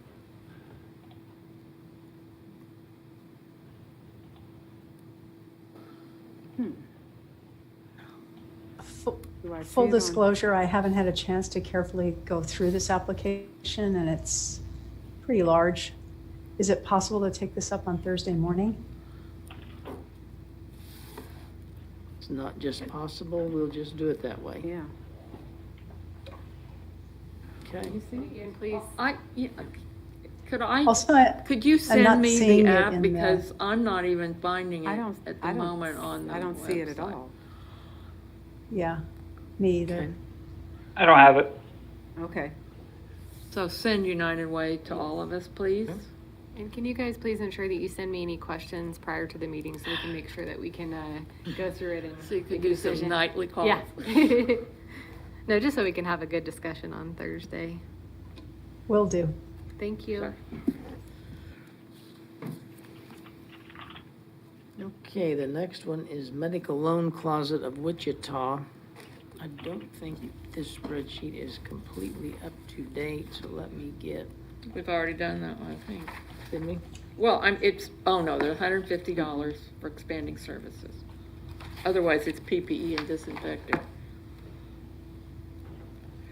But I thought they had updated it Oh. to a okay. different amount. I have $5,050. Is that what you have? That's what I have. Looks like they submitted late in the game an updated application. I've got one for $46,500. How much? $46,500. I don't have that one. Okay, So they mentioned expanding their inventory in the original application, and I'm like, well, where's the cost associated with that? Now I know. there you go.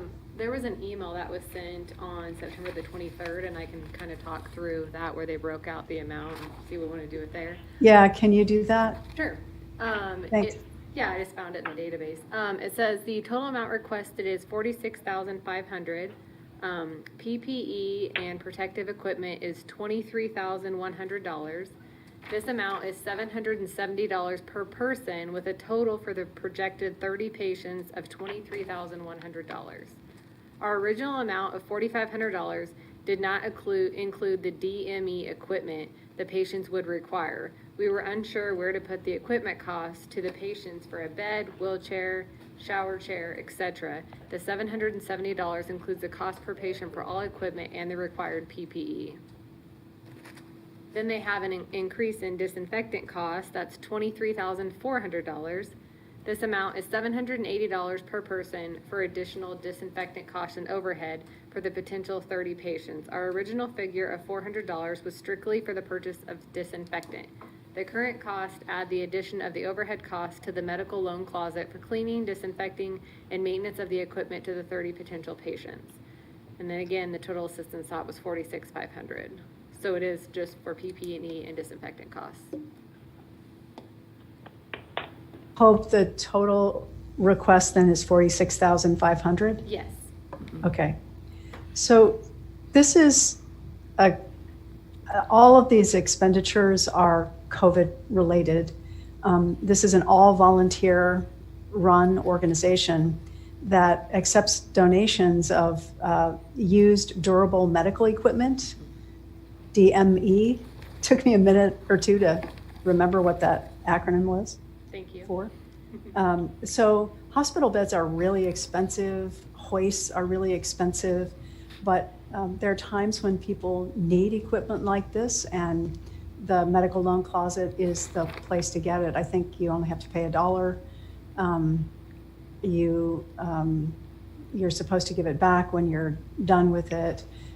In this time of COVID, the idea of needing to be able to have the capacity to deliver equipment to people and pick equipment up makes sense to me. The PPE costs, the disinfecting costs, the costs seem legitimate to me. I'm glad they revised their application because I was concerned about that when I saw the amount of the request.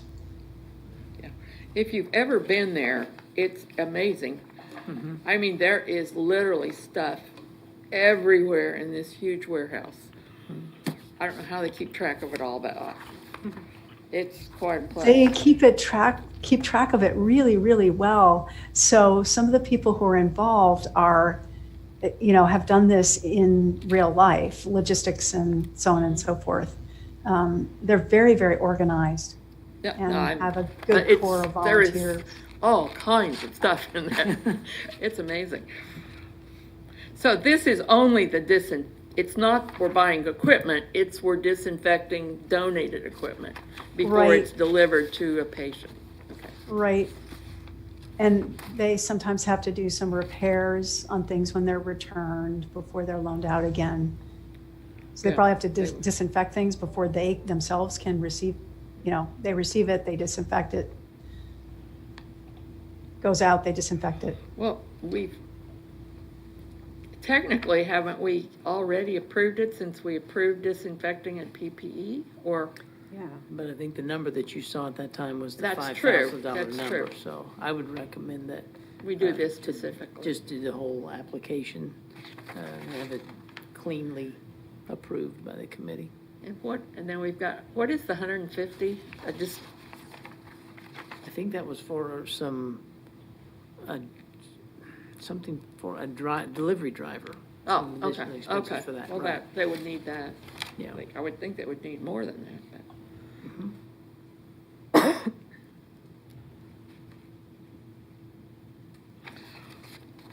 Well, have you already moved, Dr. Walker, to approve this?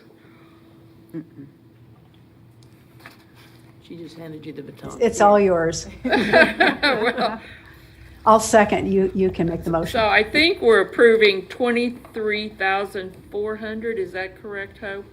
Of PPE and 23,100 of disinfecting, or do I have those backwards? Plus $150 of Backwards. expanding service. Someone said you have it backwards. Sorry, let me pull it up. I may have that backwards. So it's 23.1 for PPE, 23.4 for Okay. increased disinfection. And $150 for the driver for a total of $46,650, There you go. I think. Aren't they only asking for the 46,500, Brent? I don't think. Well, I think they took out the driving costs because the application I see doesn't have Oh. that added in it. Yep. Hope that's right. They took out the 150. Okay, sorry, then it's 46,500. okay. Thank you, Shannon. Okay, so you've made a motion to approve 46,500 for medical loan closet. Has it been seconded? No? Okay, second. Okay. So we have a motion and a second to approve $46,500 for the medical loan closet. All in favor signify by saying aye. Aye. Aye. Aye. Aye. Any opposed? Motion passes unanimously. Next is the Mental Health Association of South Central Kansas. they have a total request of $91,380. Of that, $24,380 in PPE and disinfection costs have been approved. We're now looking at a balance of $67,000 in their request.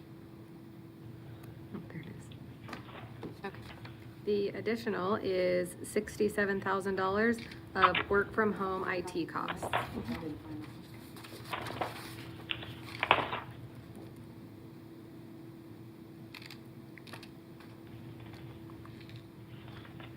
Seems interesting to me that we have requests for all these mental health services from other agencies, but not from the Mental Health Association.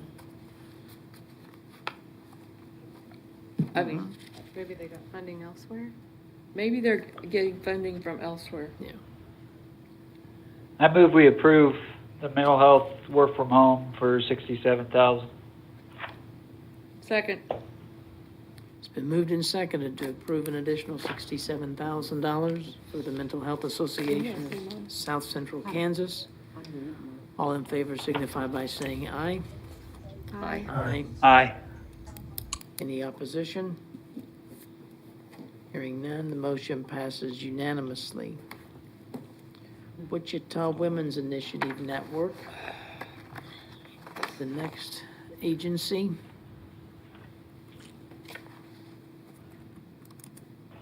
this to me was an extremely confusing ask. It's a total request of $104,452. They did not request PPE or disinfection, so we're looking at that total number at this point. It's any other emerging needs of 52,226, and then food assistance programs of the same amount, 52,226.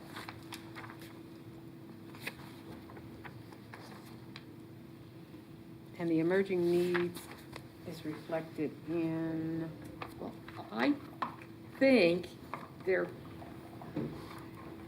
it's staff for sewing masks and something to do with providing food. There's no breakdown of how they're gonna spend it. I don't think. But there is, there's a breakdown of what they're spending it on, Yes, which are food and emergency food boxes for low-income families, and adding cleaning supplies when available, delivered by the social service team. Processing fresh food from local farmers will giving free to low-income families with shelf-stable food boxes and sewing masks. So yeah, I don't have their breakdown, but at least we know whether they're eligible activities or not. yes. I wondered if they were affiliated with the food with this other group that applied, but they don't appear to be. It's a different farming group that they get stuff from.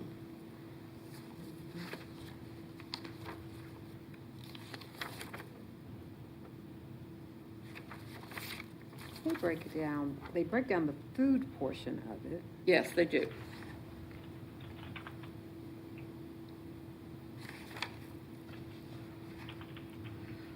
I thought that part, it's the first other emerging need was the one that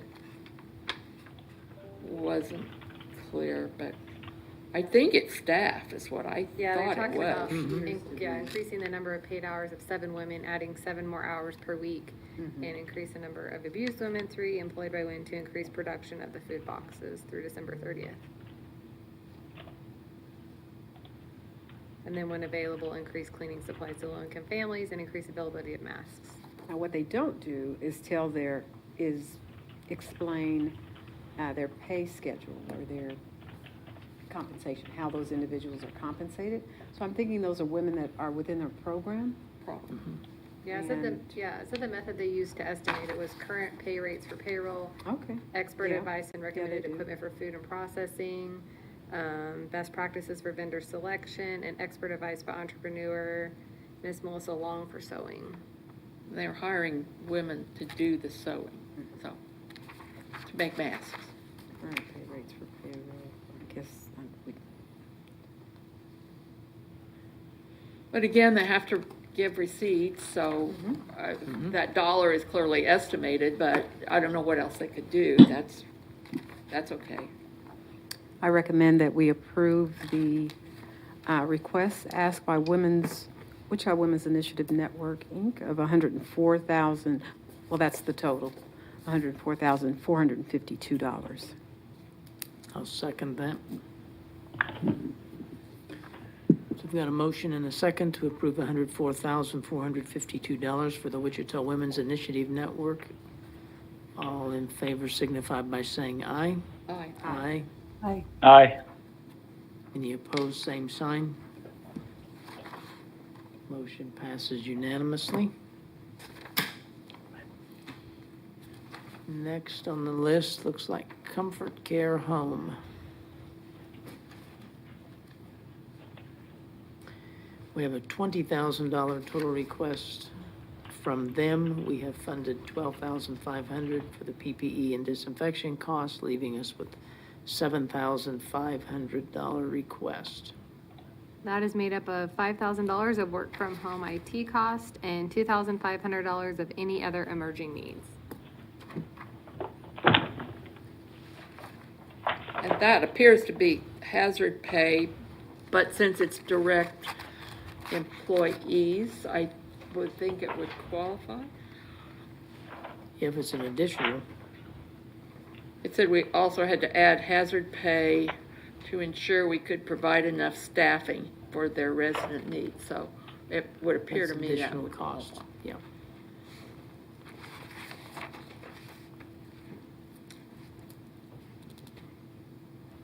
So I move we approve the additional $7,500 for Comfort Care Homes, which is work from home and other emerging needs. Second. Second. Okay, it's been moved and seconded to approve the additional $7,500 for Comfort Care Homes, Inc. All in favor signify by saying aye. Aye. Aye. Aye. Opposed, same sign. Motion passes unanimously. Next on the list is Giving the Basics Wichita, Inc. They have a $50,000 request.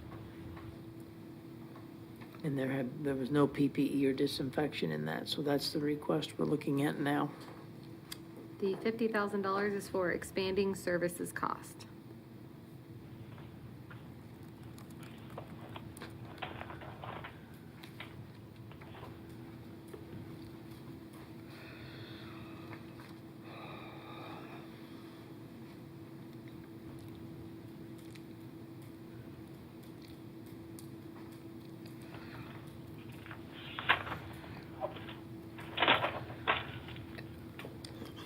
I guess I'm okay with that.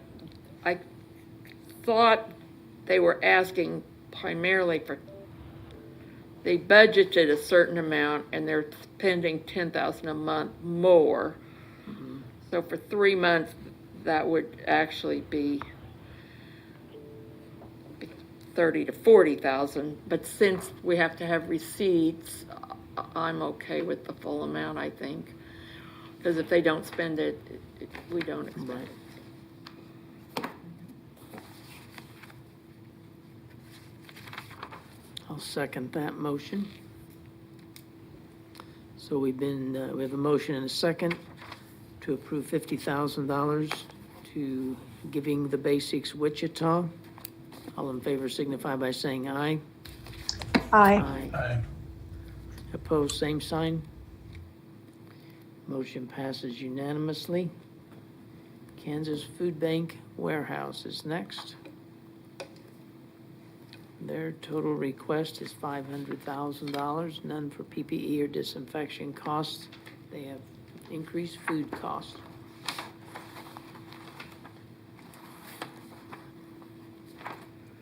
Okay, so on this one, it states that the total amount requested is $500,000. Mhm. Oh, I see now what I didn't see before.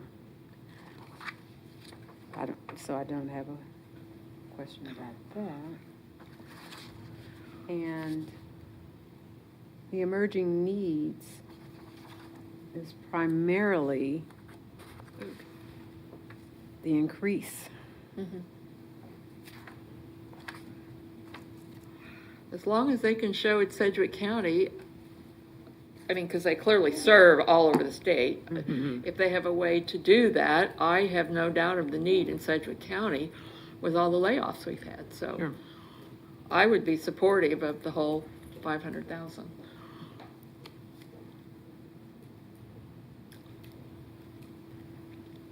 I would also be fully supportive of the entire amount. Okay. Well, then we have a motion and a second to approve $500,000 to the Kansas Food Bank Warehouse. All in favor signify by saying aye. Aye. Aye. Any opposed, same sign. Motion passes unanimously. Next one then is Mount Hope EMS. We talked about this one before. Mm-hmm. And they have a request for $30,740.77. None of that is PPE and disinfection. As you recall, they were looking for some additional equipment. Yeah, I thought its connection to COVID was pretty weak, but Lindsay said the county had done the same thing, so I don't know how we can deny Mount Hope if we're spending for the same equipment by the county, so.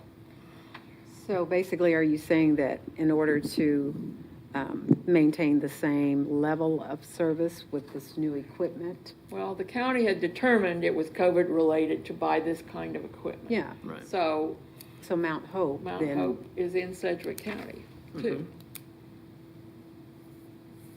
So then they spoke, I think, to some of the,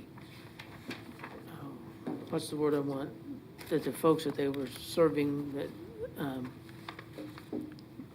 I guess they were higher risk due to COVID when they're having the, needing that acute care, So the emergency care. county emergency, I take it, does not serve Mount Hope, is that correct? Right. That has its own separate EMS system. Yeah, is it EMS and fire protection is kind of a patchwork between some of the cities and Okay. parts of the county. So you have a number of different emergency management services as well as fire. The county doesn't serve inside the city limits of Wichita except we've got reciprocal agreements and things like that, but we're not the first responder in all these cases. Well, I would move that we approve the $30,740 request from Mount Hope EMS. I'll second that. Okay, it's been moved and seconded to approve $30,740.77 from Mount Hope EMS. All in favor signify by saying aye. Aye. Any opposition? Motion passes unanimously. Dress for Success Wichita is next. Their request is for total request of $5,000. We've approved $500 in PPE and disinfection, leaving $4,500. 500 of that is work from home IT cost. Another 500 is for expanding service cost, and 1,000 of that is for workforce development. And then there is $2,500 in any other service.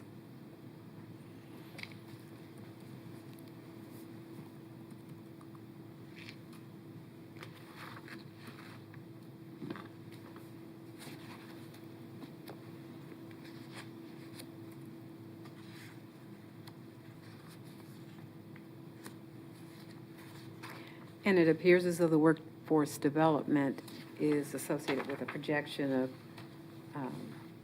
increased client need, reemployment or employment services.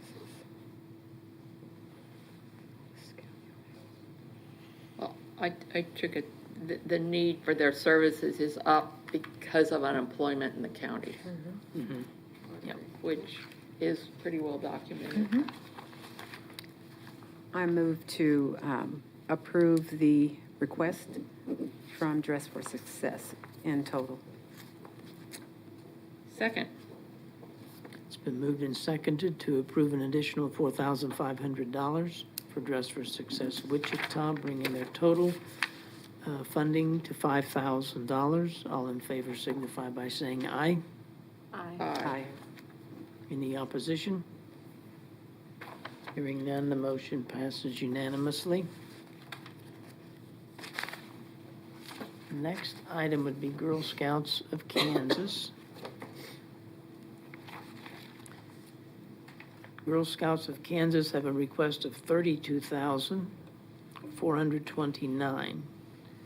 We have not funded any of that because there's no PPE or no disinfection costs.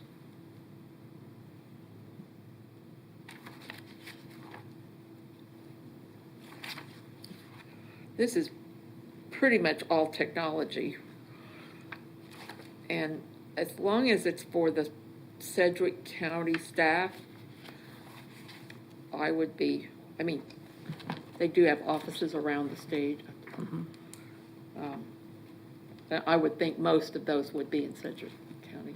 They just have to verify that, I suppose. Okay. Yeah, there was a response where Shannon was kind of asking them some questions for her risk assessment, and they were talking on the technology side, and they said existing digital programming has served us for future programming opportunities, and the addition of laptops for all Wichita staff members is crucial to the continuation and expansion of this program.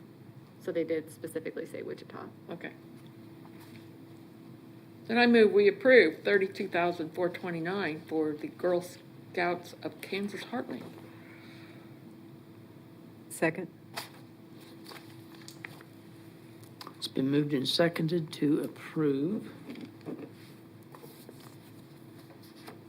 $32,429.20 for the Girl Scouts of Kansas Heartland. All in favor signify by saying aye. Aye. Opposed, same sign. Carries unanimously. The next one is the Madison Avenue Church of Christ, and that's been approved. That was That's been just approved. That's all $394.80 in disinfection costs. Brent, I did get an update from when we did yesterday, the Making a Difference shelter. I don't know if you guys want to go back on that or wait till Thursday. For what? The Making a Difference shelter, they gave me an update. Oh, Sure. I think we should pull it today. we might as well since I was we waiting talked till it about gets it's all fresh a in good our point. minds. Yeah.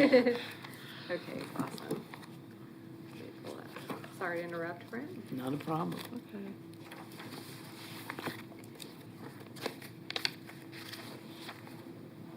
So yesterday, when we were going over the Making a Difference shelter application, the team wanted me to go back and ask a few additional questions.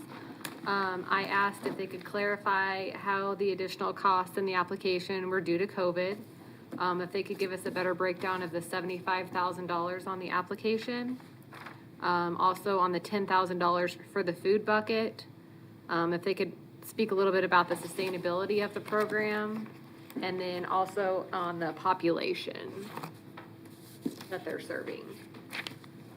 Okay, so the breakdown cost for the $75,000 would be the cost for the hiring of para-educators to come into the facility and teach our residents who are not allowed to be in school due to COVID-19. So that cost would be paying the educators $18 per hour, 40 hours a week, and that would come to $2,880 per month. So 4 para-educators on site equals $11,520 for 6 weeks at $69,120. Then add additional cost of $6,000 for PPEs, which totals around $75,000 and some change. Please note that some of this can be used to also give my current staff a raise because of the nature of kids we serve. The para-educator's job would be to teach, and the staff job would be to maintain order and monitor behaviors, which in this line of work is a job within itself. All of our residents have an individualized education program, better known as an IEP, and majority of these are for behaviors. We need adequate PPE equipment for the safety of the staff and residents due to COVID-19. This will help assure everyone that while they are at the facilities, they will be protected. All of these costs are additional due to COVID-19. The food assistance program, the $10,000, is to help assist MADSH with the cost of food and feeding the residents while at the facility during school hours, where they would normally eat breakfast, lunch, and 2 snacks in a school day. Before COVID-19, MADSH was spending around $600 per month on average on food. Since the pandemic, the food cost has increased to double that amount. So the breakdown for food, we can certainly be flexible. When the application was filled out, we had it at $5.50 per resident, 10 residents. Total, that covers breakfast, lunch, and 2 snacks, and that comes to a total of $1,650 for the month, and take that times 6 weeks, it comes to $9,900. We are currently serving 10 residents, and on some weeks we fill 2 emergency beds, which gives us 12 residents some weeks. Our plan is not clear at this time for 2021 because, to be honest, without the help from these programs, thank God for you all, making a difference, shelter home would be in a world of hurt. We are deemed an essential business because of the type of work we do and the kids we service, with Kansas having more than 6,000 kids in need of care. We're only trying to sustain what we have, including staff. The PPP program really helped us a lot, and we've been able to do things that we needed to do to stay afloat. We appreciate the time you all have taken to look at where you all might be able to assist us, and we hope we have brought some clarification to the process and look forward to hearing from your team soon. Thank you. This is Melissa. Is this a temporary placement, or is their census higher than normal right now because of COVID? I'm a little confused about that. I think that this is a facility. It seems like it's not just a temporary facility. They said they have 2 emergency beds, but I asked what their typical population was this year, and that's where they said 10. Yeah, okay.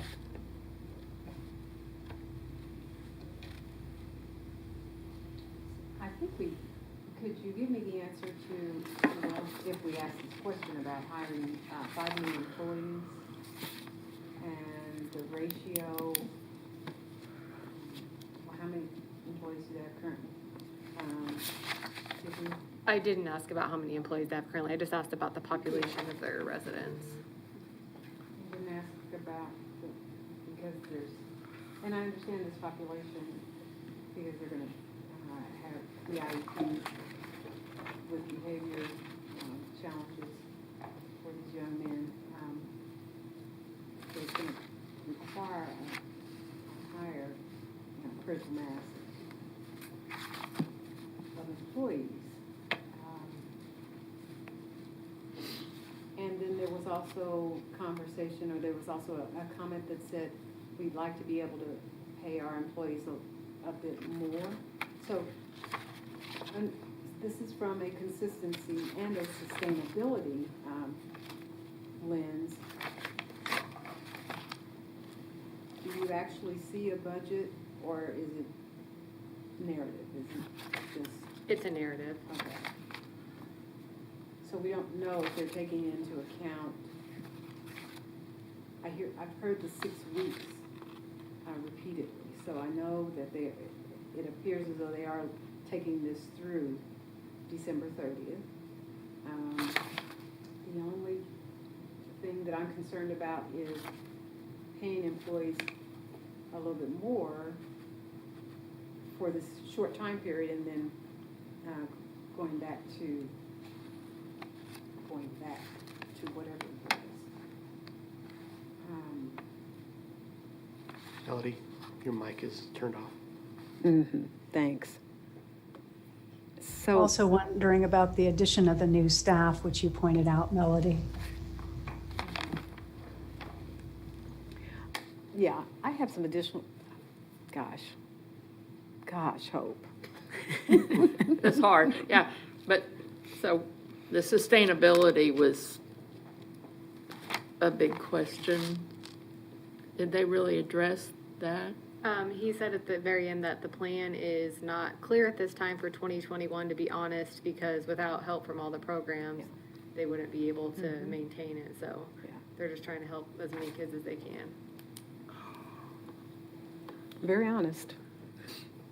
But if they're back in school, second semester, that need would also go down, I think. Probably if they're, It depends. The population that they're educating may not go back into the regular school setting. Okay. Yeah. That's what making a difference. That's the primary reason for them Okay. being there.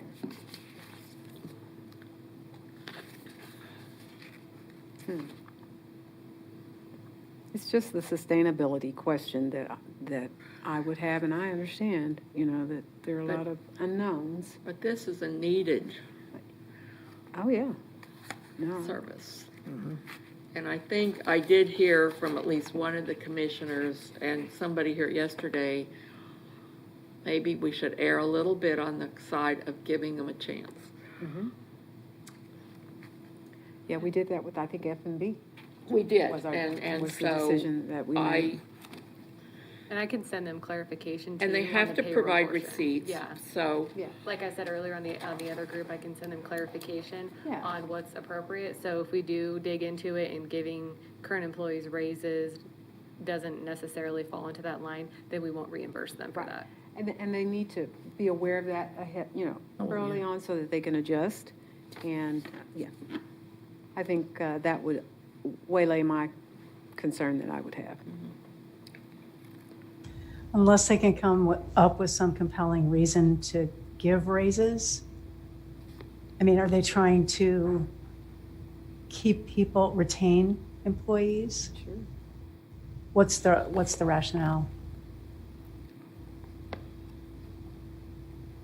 This is not exactly high-wage work, but it's really necessary. yeah, that's why And I think I'm on the side of giving him a lifeline. Okay. yeah, and I was impressed, well, as impressed as we should be about $18 an hour, because they should be making more than that. But I did hear that amount is what they intend to pay Right. these individuals. And I'm wondering if that incorporates the raise. Well, and this is Lindsay. Can I jump in just for a moment? I apologize. We had talked about something similar on the county side because we do have some employees in EMS and fire, even sheriff's deputies, corrections workers, right, who are having to go out and do some of this extra work. And so what we've been told is basically that extra pay, that hazard pay, is appropriate when it's face-to-face type work for public health and public safety. And so we have some details available on what justifies it. But what I understand is that we need to stay pretty closely within those categories because that's what the CARES funding was intended to address. So it may be worth, and I hate to suggest this, and I know Hope will probably cry, but it may be worth reaching out and getting some additional information just to clarify exactly what it is that these roles are doing, to have that eligibility analysis similar to what you all talked about earlier. We can probably guess, Lindsay, about why they're asking for this. So it's not public safety. We're not talking about police or fire or EMS, but it is face-to-face contact with individuals who are being served, who are likely part of a vulnerable population, vulnerable to COVID-19. But based on what you just said, since it's not public safety, then it wouldn't qualify for CARES funding? No. It needs to be public safety or public health. And so as long as we can establish that direct connection, and for example, the CARES guidance that came out on September 2nd actually has some very specific types of positions that they say may be funded. Truly those frontline workers and their supervisors. And they talk about what type of pay may be provided. And so we weren't allowed to do it across the board for our folks, which is kind of what we had wanted to do. Instead, we're having to go back and step back and look at this very strategically at the type of position. And so I'm just suggesting that perhaps that be a part of this analysis to go back and ask those folks, what are these people doing? Maybe get a job description or something that's already in existence, that maybe would help you all make that decision about whether we think it fits in one of those buckets. So the county is just doing it with its public health workers and with EMS and fire and basically public safety and public health services, and not with CommCare employees, for example, who are. So engaged CommCare actually, as mental health, qualifies as other health services. So, but what we're not able to do is give them like extra pay. We did a COVID stipend earlier in this based on certain positions that were not eligible for the Family First Coronavirus Relief Act, emergency paid sick leave, and expanded family medical leave. And so most of those folks fell into either a first responder or a healthcare, somebody who wasn't able to telework. Since then, we haven't been able to give across the board raises or anything like that. And instead, what we're looking to do is reimburse those costs wholly based on those position types. But there is no additional pay that's been awarded to those folks. Now, we're a public government, and so the rules are a little different for us than what can be passed along to others. We have a little more rigid, but we still have those categories that we need to live in and focus on to make sure it's necessary due to COVID-19. Thank you, that's very helpful.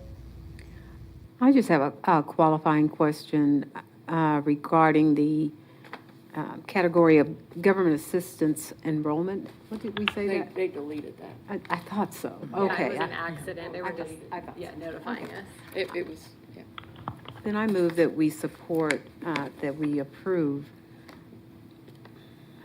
Making a Difference, Shelter Home LLC, in the adjusted amount. Are we gonna not approve wages that wouldn't qualify, or And I think can we do something like that?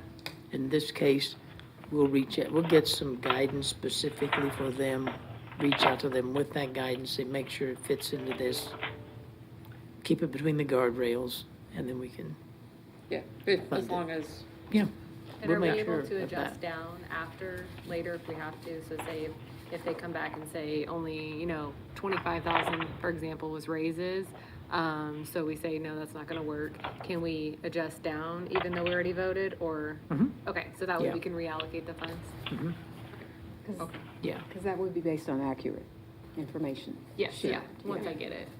so we could. We won't increase it, but we could decrease Yeah. it. If so. we hear that, yeah, Sure. until they tell us to take 25,000 out, we would know to drop the number at that point. If they just haven't provided it by the end date in the recipient agreement, then we would know that they haven't expended those funds. So we've got mechanisms in place to either not fund it or, I will second Melody's motion on that basis. okay, so the number it looks like is 96,500 additional. So we have a motion and second to approve an additional $96,500 for Making a Difference Shelter Home LLC, which brings their total funding award to $97,500. All in favor signify by saying aye. Aye. Aye. Any opposed, same sign. So that passes unanimously. And then if I go back to the list, so we had the Madison Avenue Church of Christ that we've already done. The next on the list is Wichita Festivals, Inc. for $5,000, all for PPE, so that's been approved. The Crime Commission ones are coming up later. Homestead of Crestview we did yesterday. So now we're at Common Ground Producers and Growers. Oh, yeah, this is, I'd never heard of this group, so I'm learning a lot. So they have a request of $286,800. It's in two different components, none of which are PPE or disinfection costs are in those two buckets. So $143,400 is in expanding service cost, and $143,400 is in food assistance programs.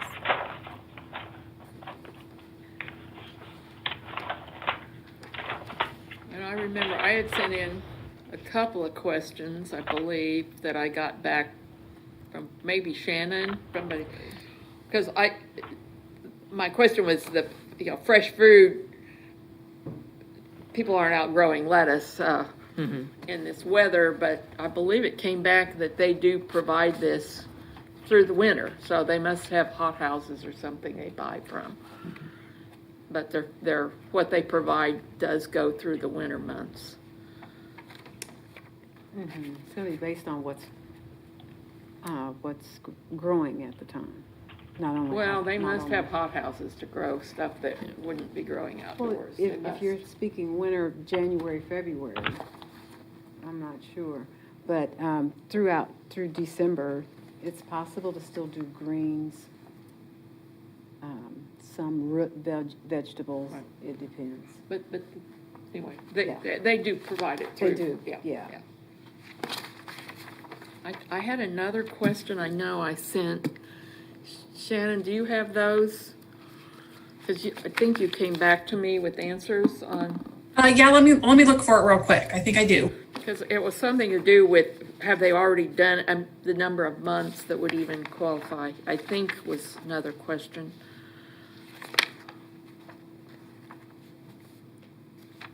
Whether they had already hired people as of March. It says we will. Her Definitely hire answers additional somewhere. I staff. don't know where I have them. Probably online somewhere here.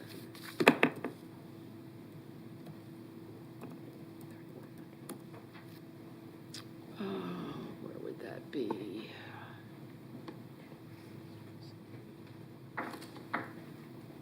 And once again, we're looking at, and I think you're broaching this, Jean. So we're looking at October, November, and December.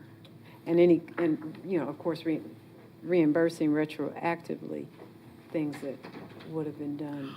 Right, the From March. question is, have they already done it? Yeah. Okay.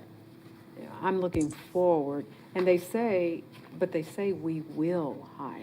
Right, Don't that's say- what, that they was don't my say whole we. question was I don't think will they or had. had was, I think I I left. think I found the answer to your question, Jane. Okay, You had asked, you said the app for the cost of new staffing and programming March through December.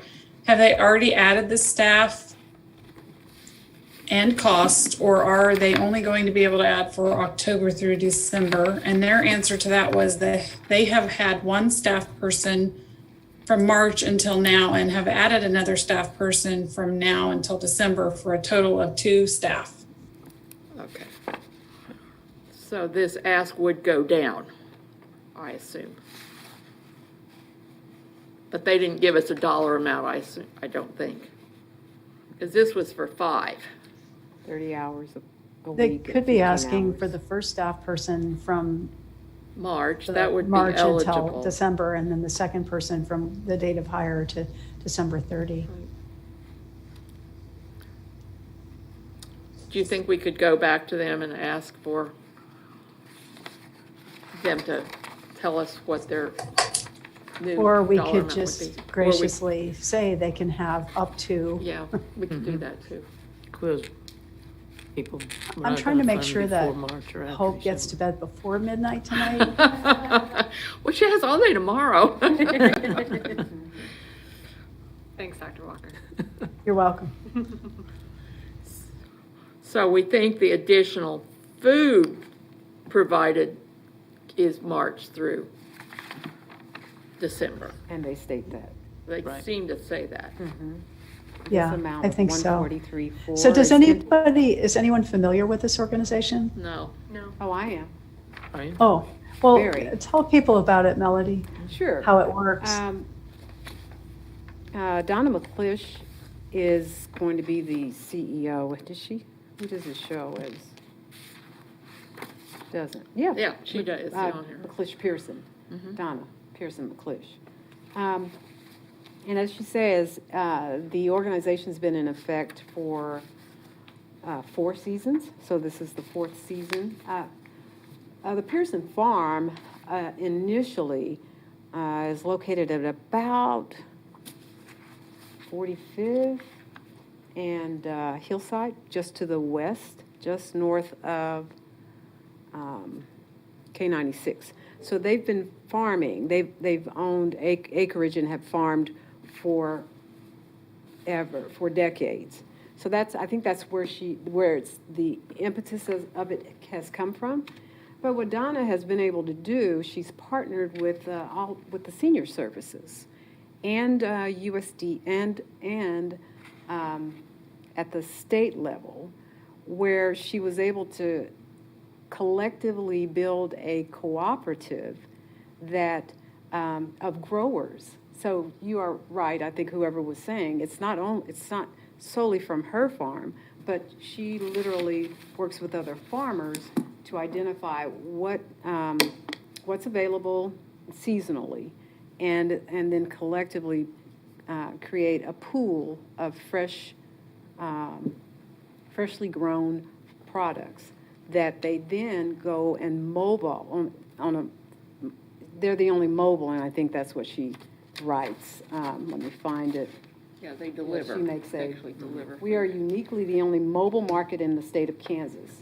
And they currently serve food deserts, and I know they do that for a fact because I've stopped in at one within a food desert. But they also provide these items to senior services, fresh food to seniors and senior facilities, definitely within food deserts. She recently received a grant from, I believe it was a USDA grant. I could probably locate it online. So that's basically what they've been doing. Once again, the collective is a collective of a pool of farmers that she actually has knitted together, networked with in order to provide the fresh produce, and she's also in the Black Farmers Association nationally.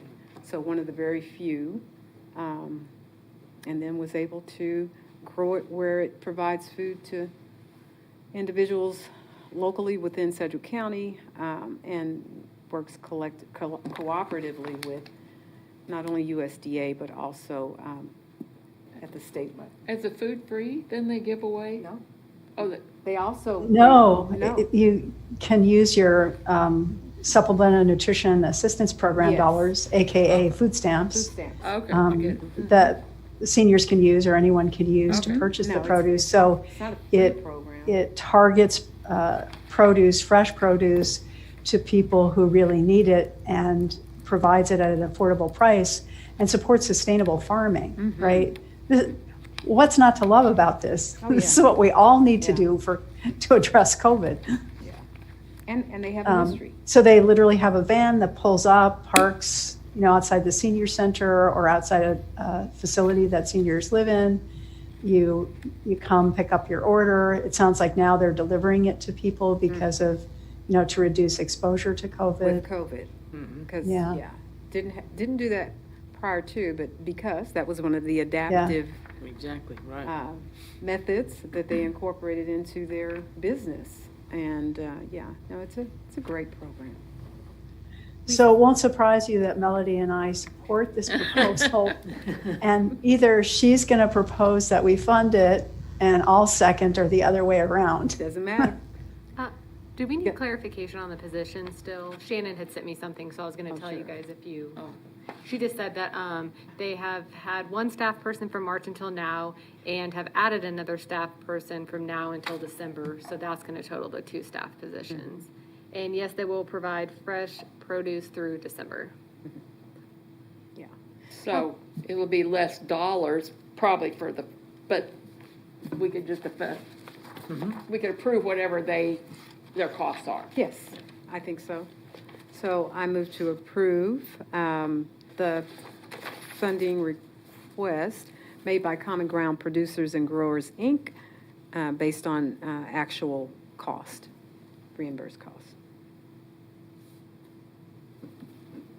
Second. And there we go. Good.